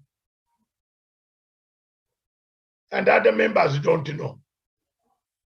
So this formation, Mudavadi wants to be the flag bearer. And indeed, if it is not the Mudavadi who is the flag bearer, you Ruto who told people not to form Cheyo. What are positions called Cheyo? Wanakaa kwa hoteli to panga Cheyo, Chepe. Is it Cheyo? My Swahili lecturer guide me. Cheyo. Vieyo. Wanapanga vieyo positions. Now Ruto himself is pangering vieyo by giving Mudavadi. So embarrassed. You see, it has now embarrassed UDA that the whole chairman, Mr. Mudama, had to come out to do a PR because this would tear the party very early. You refused Moses Kuria. You refused Kinguri. You refused so many people who wanted to come. You refused the Mr. Governor Obado. You remember? All of them, you told them, we don't want smaller parties. You either fold it and come. You refused Master Karua. Now you have been caught doing the same thing. Are you not embarrassed? So Rigathi came in on TV and made it clear that, and he said, let me make it clear somewhere where the chairman Mudama did not clarify properly. These people have been meeting. Whether you call them principals or what, they have been meeting. There has been meeting there. But we have not finalized the paperwork. So the cat has been let out of the bag. We know Mudama was lying yesterday on behalf of the master. So be it. Over to you, Wesonga. Yes, and Mesonga, as you come in, according to this story, let me just read a bit of what Mudama said yesterday. Ultimately, we shall name the candidate who will fly the Kenya Kwanza flag. However, at the moment, our priority is to unite Kenyans and ensure we have a peaceful election, Mr. Mudavadi said. Okay. But Mr. Mudama said there will be no zoning and that UDA will not pick leaders on the basis of their ethnicity. Because we know from what we've been seeing that, UDA has agreed that there are areas, especially in the western part of the country, that it will not fill its candidates and it will leave that to either ANC and Ford Kenya. But Mudama is saying, no, there will be no zoning. So are they playing us? Who is telling the truth here? Thank you, Miriam. And of course, the Swahili say that mwanzo wa ngoma ni lele. So I believe this is just the beginning, and the signs are very, very clear that there are already cracks in the Kenya Kwanza coalition. And when you see Mudama pulling a different side, Rigathi Gachagua another, and of course the silent William Ruto also pulling a different side from his mouthpieces, then you realize that there is a big trouble which is awaiting UDA, Musalia Mudavadi and Moses Wetangula coming in the coming days.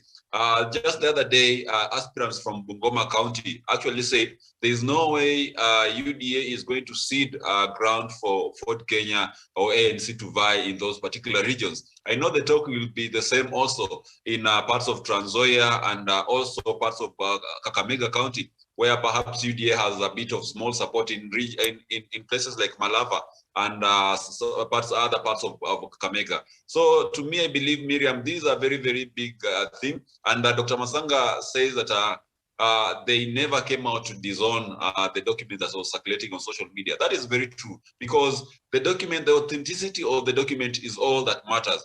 And in as far as we are concerned, they have not come out to deny the authenticity of that particular document, which means that was the real truth. And this happens in the wake of UDA refusing to go into coalition with other Mount Kenya parties, which the William Ruto is fond of calling as a tribal briefcase parties. So to me, I believe these are Pandora's box, Miriam, and soon it's gonna explode. But whatever I foresee for the future is that it will reach up a scenario where Moses Wetangula and Musalia Mudavadi will have to be shown the exit door, because one thing, Mudama cannot be in the same coalition as Musalia Mudavadi. Reasons given by Dr. Masanga of what happened in the previous alliance. Number two, Mount Kenya region cannot maybe take it or maybe swallow the truth that the fact that Musalia Mudavadi and Moses Wetangula will also be bargaining for cabinet slots in the UDA party, whereas their brothers like Moses Kuria and Mwangi Kiunjuri were told they cannot bargain with the UDA because they are tribal parties. And also, Musalia and Wetangula being on board, it means William Ruto is not just only going to share the positions in government with Mount Kenya counterparts as it were before, who are the majority, but also there's this other third party who is coming on board. So which means Mount Kenya's share of government in William Ruto's government is going to reduce significantly. So in one way or another, these are double-edged sword, in that William Ruto has to choose whether to keep Musalia Mudavadi and Moses Wetangula or to go for Mount Kenya. And the reality of the matter is that he cannot keep both and be able to satisfy them both. So these are double-edged sword. Whichever way it goes, William Ruto is bound to lose one side. All right, very well. Thank you. Unless there's anything else to add to that, I would like to bring us the rest of the news from across the continent. And I'll start with the news from Uganda and Rwanda. We are now Rwandans and Ugandans intending to travel to either country using the just reopened Gatuna border will have to wait longer as officials of both countries work out modalities of managing travel in the context of COVID-19. Immigration and customs officials of both countries held a closed-door meeting on the Rwandan side Monday morning, which is understood to have deliberated on necessary measures to facilitate movement in the context of COVID-19. The border, which had been closed since February 2019 amid a diplomatic impasse, reopened on Monday, but many who intended to travel could not do so, as only cargo returning Rwandan citizens and a few Ugandans traveling for essential purposes were cleared to cross into Rwanda. And then we head over to Burkina Faso, where a court in Burkina Faso has suspended the trial of the alleged killers of the revolutionary leader Thomas Sankara, who was assassinated in 1987. Mr. Sankara's family asked for the suspension following last week's coup. They said they wanted it to resume once constitutional order had been restored. The African Union on Monday suspended Burkina Faso 3 days after it was suspended by the West African Regional Bloc ECOWAS. A joint United Nations ECOWAS delegation is in Ouagadougou for talks with the new military leaders. And in Nigeria, gunmen on motorbikes have killed and abducted dozens of residents from 2 communities in Niger State in Nigeria after attacks over the weekend. Relatives of those affected are currently searching for their loved ones. The raids come 2 weeks after authorities in Nigeria launched a major military operation to crack down on bandits in the area. And then we go to Tanzania, where a suspected Tanzanian jihadist leader has been killed in Mozambique 2 weeks after another military leader from the East African country was captured by military forces. Twahil Mohidim is accused of leading jihadist operations to occupy Mocimboa de Praia on the northern coast of Cabo Delgado in Province 2020. The death was announced on Sunday by Police Chief Bernardino Rafael during a military parade in Mugoma. And then we head over to Mali, where Mali's military leaders are expelling the French ambassador over what they describe as outrageous comments about transition government. Joël Meyer has been given 72 hours to leave. French Foreign Minister Jean-Yves Le Drian on Friday said the junta was illegitimate and out of control. France has threatened to pull its troops out of Mali, where they have been fighting an Islamist insurgency. All right, and we end with South Africa, where the country will no longer require people who test positive for COVID-19 and show no symptoms to isolate. According to a new regulations announced by the government, the country has also reduced to 7 from 10 the number of days required to isolate for those showing symptoms. This follows a substantial rise in the proportion of people with immunity against COVID, according to a statement issued after a special cabinet meeting on Monday. And that is just some of the news from the continent. Doc, I know, very interesting. Mali's military leadership has given France's ambassador to that country 72 hours to leave the country. And also the trial of former president who was assassinated, Thomas Sankara in Burkina Faso, has been suspended.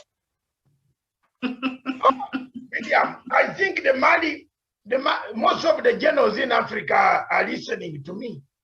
I think so. To our television, not only me. But some of them, I think, no, to be honest, the one in Mali is one of the PAs wanted to contact me. And I think we shall be speaking next week. The one of Sudan, yes, that one we talk. I don't want to lie to the public. We talk. And that's how I discovered that Sudan, and I told the generals in Khartoum that you have 59 sealed indictments, Miriam. And the country that is coming to Khartoum to say, put a government, do you know which country is leading? France. The French. They are right. The generals in Mali, thank you very much. My sons, you have done a good job for me. Thank you very much. In fact, 72 hours is very, very long. You should have given 12 just to go. Now you sort out your problem, close the border, deal with the terrorists. Finish after dealing with the terrorists. Declare Mali a state free of chaos. Then the French can come and visit.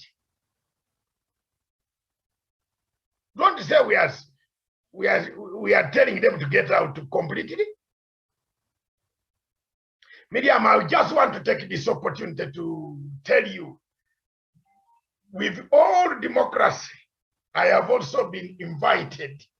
Hey, this Africa, and I thank you very much for prayers, my dear daughter.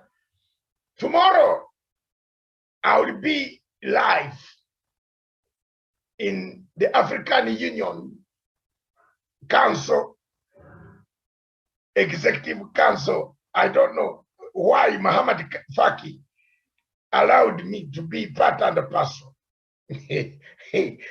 on the stream. You know, to get the stream, you must apply, put your credentials. Not just you cannot enter. And so I applied. I told them Pan-African Forum, told them my name, Dr. David Nyekurach Masanga. They sent me a message this morning, said you have been accepted to be on the screen on with you can interact. The Ministers' Council, virtual. Tutakuwa huko tunaumana. Kitaumana huko. From 10 o'clock, kitaumana. So, whether you are going there as Kenya Minister for Foreign Affairs, be prepared to Naumana. So I'm also there. The debate I did on Saturday worried so many African heads of state. At least 3 of them have said, are we safe in Addis Ababa? I said, no. No, because look, the rebels are just near the suburbs. So some of them, most of them will be on with this corona, crowding so many people in a hall is not very good. So, Miriam, thank you very much. These generals here, the ones in Khartoum are very interested. When I discovered for them that they have 59 sealed warrants, which their names are there, they will never surrender Bashir. In fact, do you know what? Very soon, they will not have any mercy with anybody demonstrating on the streets. Either you keep quiet and we start working. There are governments that are working anyway, without for any intervention, isn't it? Yes. If you can, before I leave, or before Wesonga comes in, let me ask you a very curious question. Why is it that the French have not allowed Central Africa to be peaceful? Why? That's what their policy is. If you allow Central Africa to be peaceful, the government will sell its diamonds to Dubai. Why are the French fighting for Mali? It has uranium. The huge deposit of uranium that is needed worldwide. Very high quality. You know, when people were doing the trans-Saharan trade, there are certain diamonds, minerals, gold from Gold Coast. Have you heard? Are you hearing in my story properly? That Mali was the resting point. And this trade started a longer time ago before BC. How much gold has the soil or the sand of Sahara Desert covered down there? So many people died on that route back to a capital city, currently called the capital city, Carthage.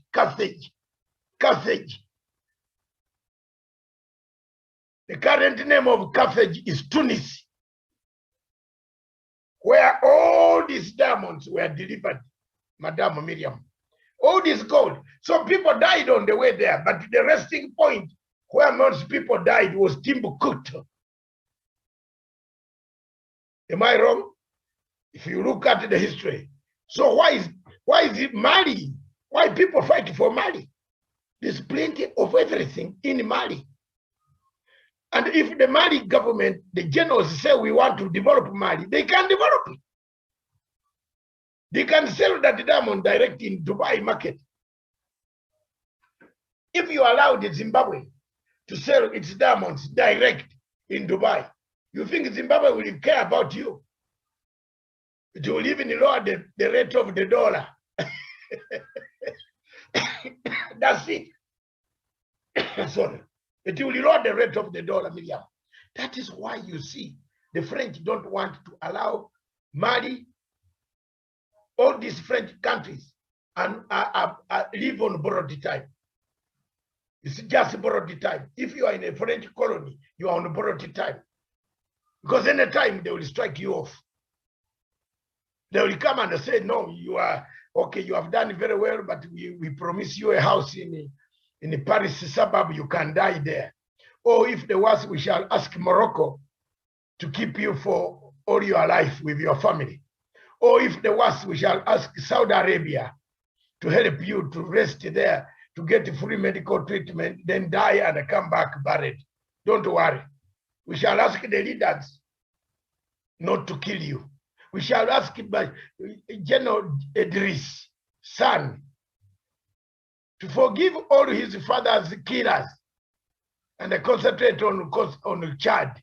Have you seen any of the killers being sought for? Miriam. That's the life we have. That's the life we have, my sister. So in a nutshell, I'm a very pleased man today on the 1st of February, the year of our Lord, to tell you that tomorrow I will address the African Union Summit as it begins at 10 o'clock. I will be amongst them with my good suit, but seated somewhere in Nairobi. Yes, let's see the minister who bring yang, yang, yang. Let's see. Let's hear there. I'm very good at flooring them. I'm ready. And let's tell each other the truth, because 3/4 of Africa now, Miriam says it has bought my idea. Let's rebrand AU. It's not functioning. Passport, the court, security, everything, money, trade. So why do you keep the AU numb? It's not unity. If Assisi is fighting Ethiopia, where is the unity? If Assisi has rebels in Libya, where is the unity? So people have bought my idea, Miriam. I'm not bad. I might not have money, but I have ideas which I always propagate, and they are taken seriously. Where is the money? There is no money. You can't have. Where is the unity? It is not there. So the best thing is to rebrand the African Union and call it African Integration Organization. Maybe the word integration will bring us closer, but not African Union. African Union died. That's why the Secretary General was told that the more you keep Matanga out, the more dangerous he has become for you. And some of the things that I've written have reached. Especially, I am told what changed the Prime Minister, Mr. Mahamat Faki, is the letter I wrote against the Prime Minister of Ethiopia. He had no other person to tell him off. You know, he can't tell him off because he could be told to pack and leave. So my letter, he was very happy. He said, all right. I said, Tedros could be as he is, but he's an African holding this place for us, Africa. If you remove Tedros, bad as he is, he could be having his faults. But Muse, if you take a Kenyan, Dr. Amoth, you remove him from the board, what will Dr. Amoth come to do in Kenya? He will come to have a clinic in Siaya. And at the end, we have lost all the knowledge that Dr. Amoth, as a man who knows about infectious diseases in the world. But he's not now serving only Kenya. He's serving the whole Africa. You get my point, Miriam? So President Uhuru Kenyatta cannot start writing a bad letter against Dr. Amoth. So I hit the nail and the people agreed. Say, no, this guy should be brought in. Don't leave him out. He's going to finish you before. People are going to turn on African Union. Conflicts are near the door. You can't solve a conflict. And as if, Miriam, before I forget this point, didn't I tell you that Obasanjo looks for where money is? Now he has caught Bob Wine. You saw him with Bob Wine in South Africa, taking a photograph with his kanzu, his night dress. I think night dress. Those are night dress for Nigeria. I don't know how. Night dress, kanzu. Yeah. With Bob Wine of Uganda, launching a book which has nothing to do with Uganda. You saw that photograph with Songa? It's very pathetic. This is our ambassador who should have concentrated on making sure that Ethiopian guns are silent. Uhuru Kenyatta is the one who played a role for Ethiopian guns to go down. Matanga here, I picked a phone. I called the Ethiopian president. The Tigray. Tigray people are my friends. I said the world is crying. Leave room for dialogue. The man said, how do you write? Where do we write? I say, write to UN. And I said, I will just give a rough copy sketch. They used it. They wrote very nicely. They have their lawyers. They are my friends for many years. I cannot say before because they are being beaten and wiped out and I said they are not my friends. No. If you look at the suffering of Tigray people in the camps near Eritrean border who are being killed by Eritrean troops, you can't just keep quiet. And I did not keep quiet. And I thank President Uhuru Kenyatta for having worked so hard to make sure that Ethiopia comes to normal, comes back, cools down. Mr. President, thank you.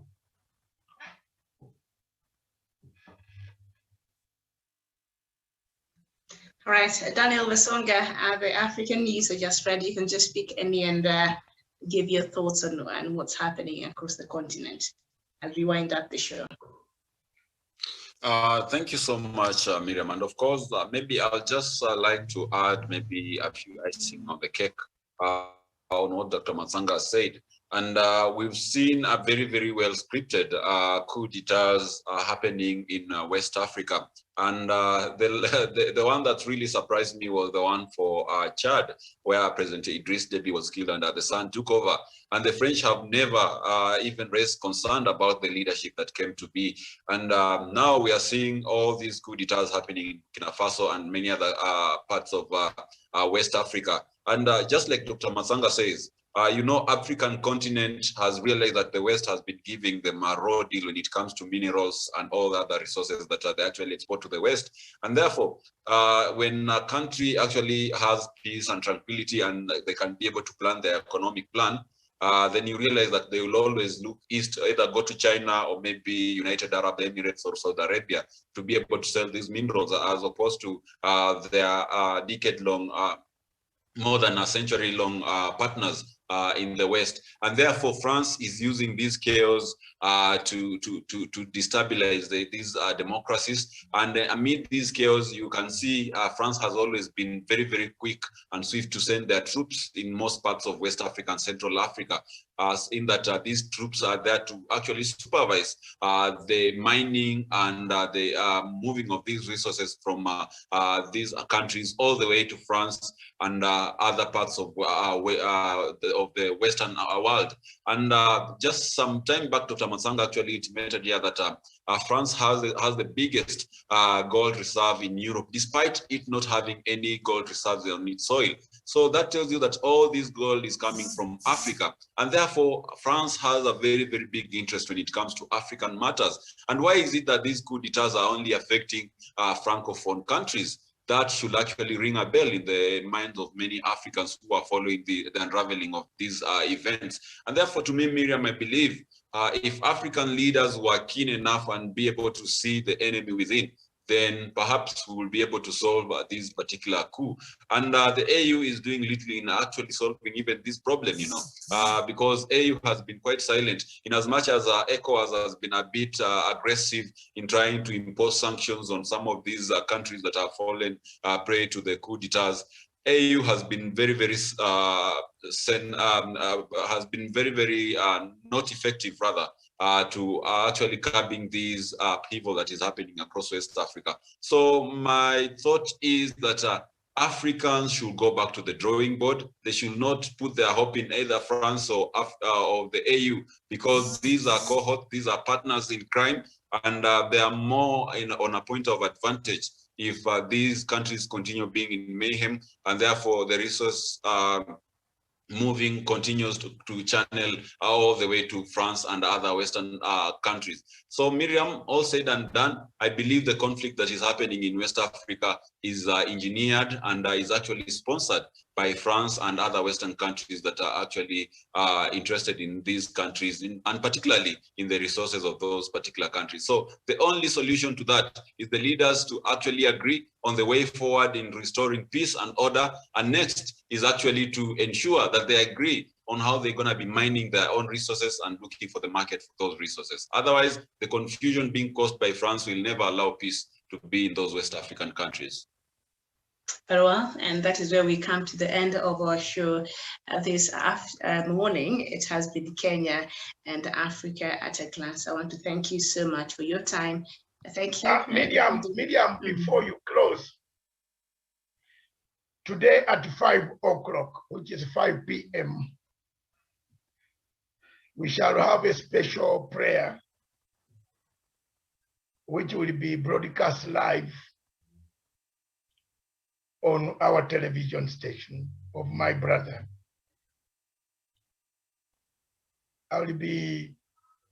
Prayers will be taking place in London, and we shall, from the satellite, we shall pick the images and they will be here. Any of you who would like to join that prayer for my late brother James, we have worked quietly all this one whole month behind the scenes to make sure we get the little resources that we have put finally together, and he will be sent off from London today at 5 p.m. East African Standard Time. It goes on for almost 5 hours. So you can join. I will be making my maiden speech on behalf of the family, the other sisters of mine and the relatives, and we have children. Our children now have taken over the function to mourn their uncle. They speak very good English, better than some of us. So if you have children like that, you sit back, Miriam. I'm just saying, if you people who have time, we shall try to broadcast to give I cannot be in this profession and I don't give my brother a send-off of that nature, given that the COVID conditions at the moment have not allowed, and the type of work that I have, type of engagements, I've done everything in the background and it's over. And the burial will be back home. The main burial will be back home on 12th of this month. So we are only getting the body out of London because the time they had given us, Miriam has expired, and Daniel. So Punchline Africa will play a part in relaying to the world or to the people in Uganda who have said they will use those phones to see what is taking place in London in Streatham Church, Catholic Church, near Streatham in Southeast London, in Surrey, where I decided to put the function of a church, which has been going through himself on a different church, and where we have agreed that after that there will be people, many people, those Londoners, and many people are coming, joining in via Zoom and via the link that we are going to give to Stephen. Will have the link, and we shall follow all those speeches. So today is a somber day for me, but I have been able to do my duties this morning. I could not travel to London, then run back and do the African Union. You know, this is African Union, which is more important, which I've been crying for. Miriam is not more important than my brother. No, my brother is gone. But I will give him a final send-off on 12th. You never know that it might be great back in my village. So we have done the best, and we saw with all these saying, if you fly to London today, you must stay 2 days. Second day test. You get the point. And then you have to leave London by Friday. You must stay there more than 2 days. You can't just go and then turn on a plane and return. So it was not wise. So today at 5 p.m., Stephen will be relaying I'm sending Stephen the link, which is already now operational. Around 3 o'clock, Stephen, you will talk to those people directly. I'll give you the number.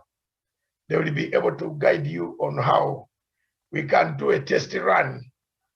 At about that time when they have said we do a test run together with me.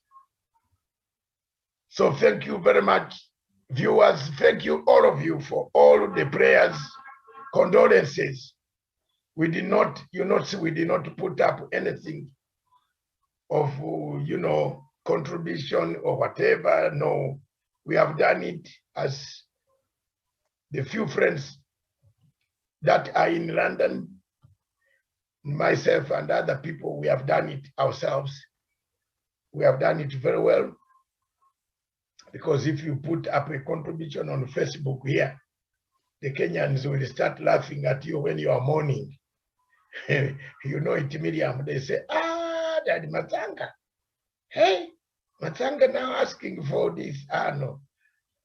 And yet for me, when there is always contribution for anybody, you have seen Daniel and Miriam. I am added on some funerals that I don't even know.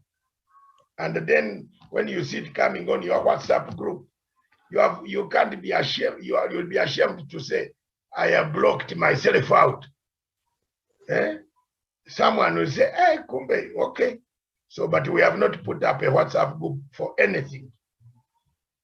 We want to pray to thank God that people who have helped us, those who have contributed in London, I'll make my special thanks. Those who have helped me, condoling with me, I thank you very much. We have done it. Finally, today is the D-Day. Thank you very much. I think there's a plane passing near me. Miriam, do you really sleep in that place?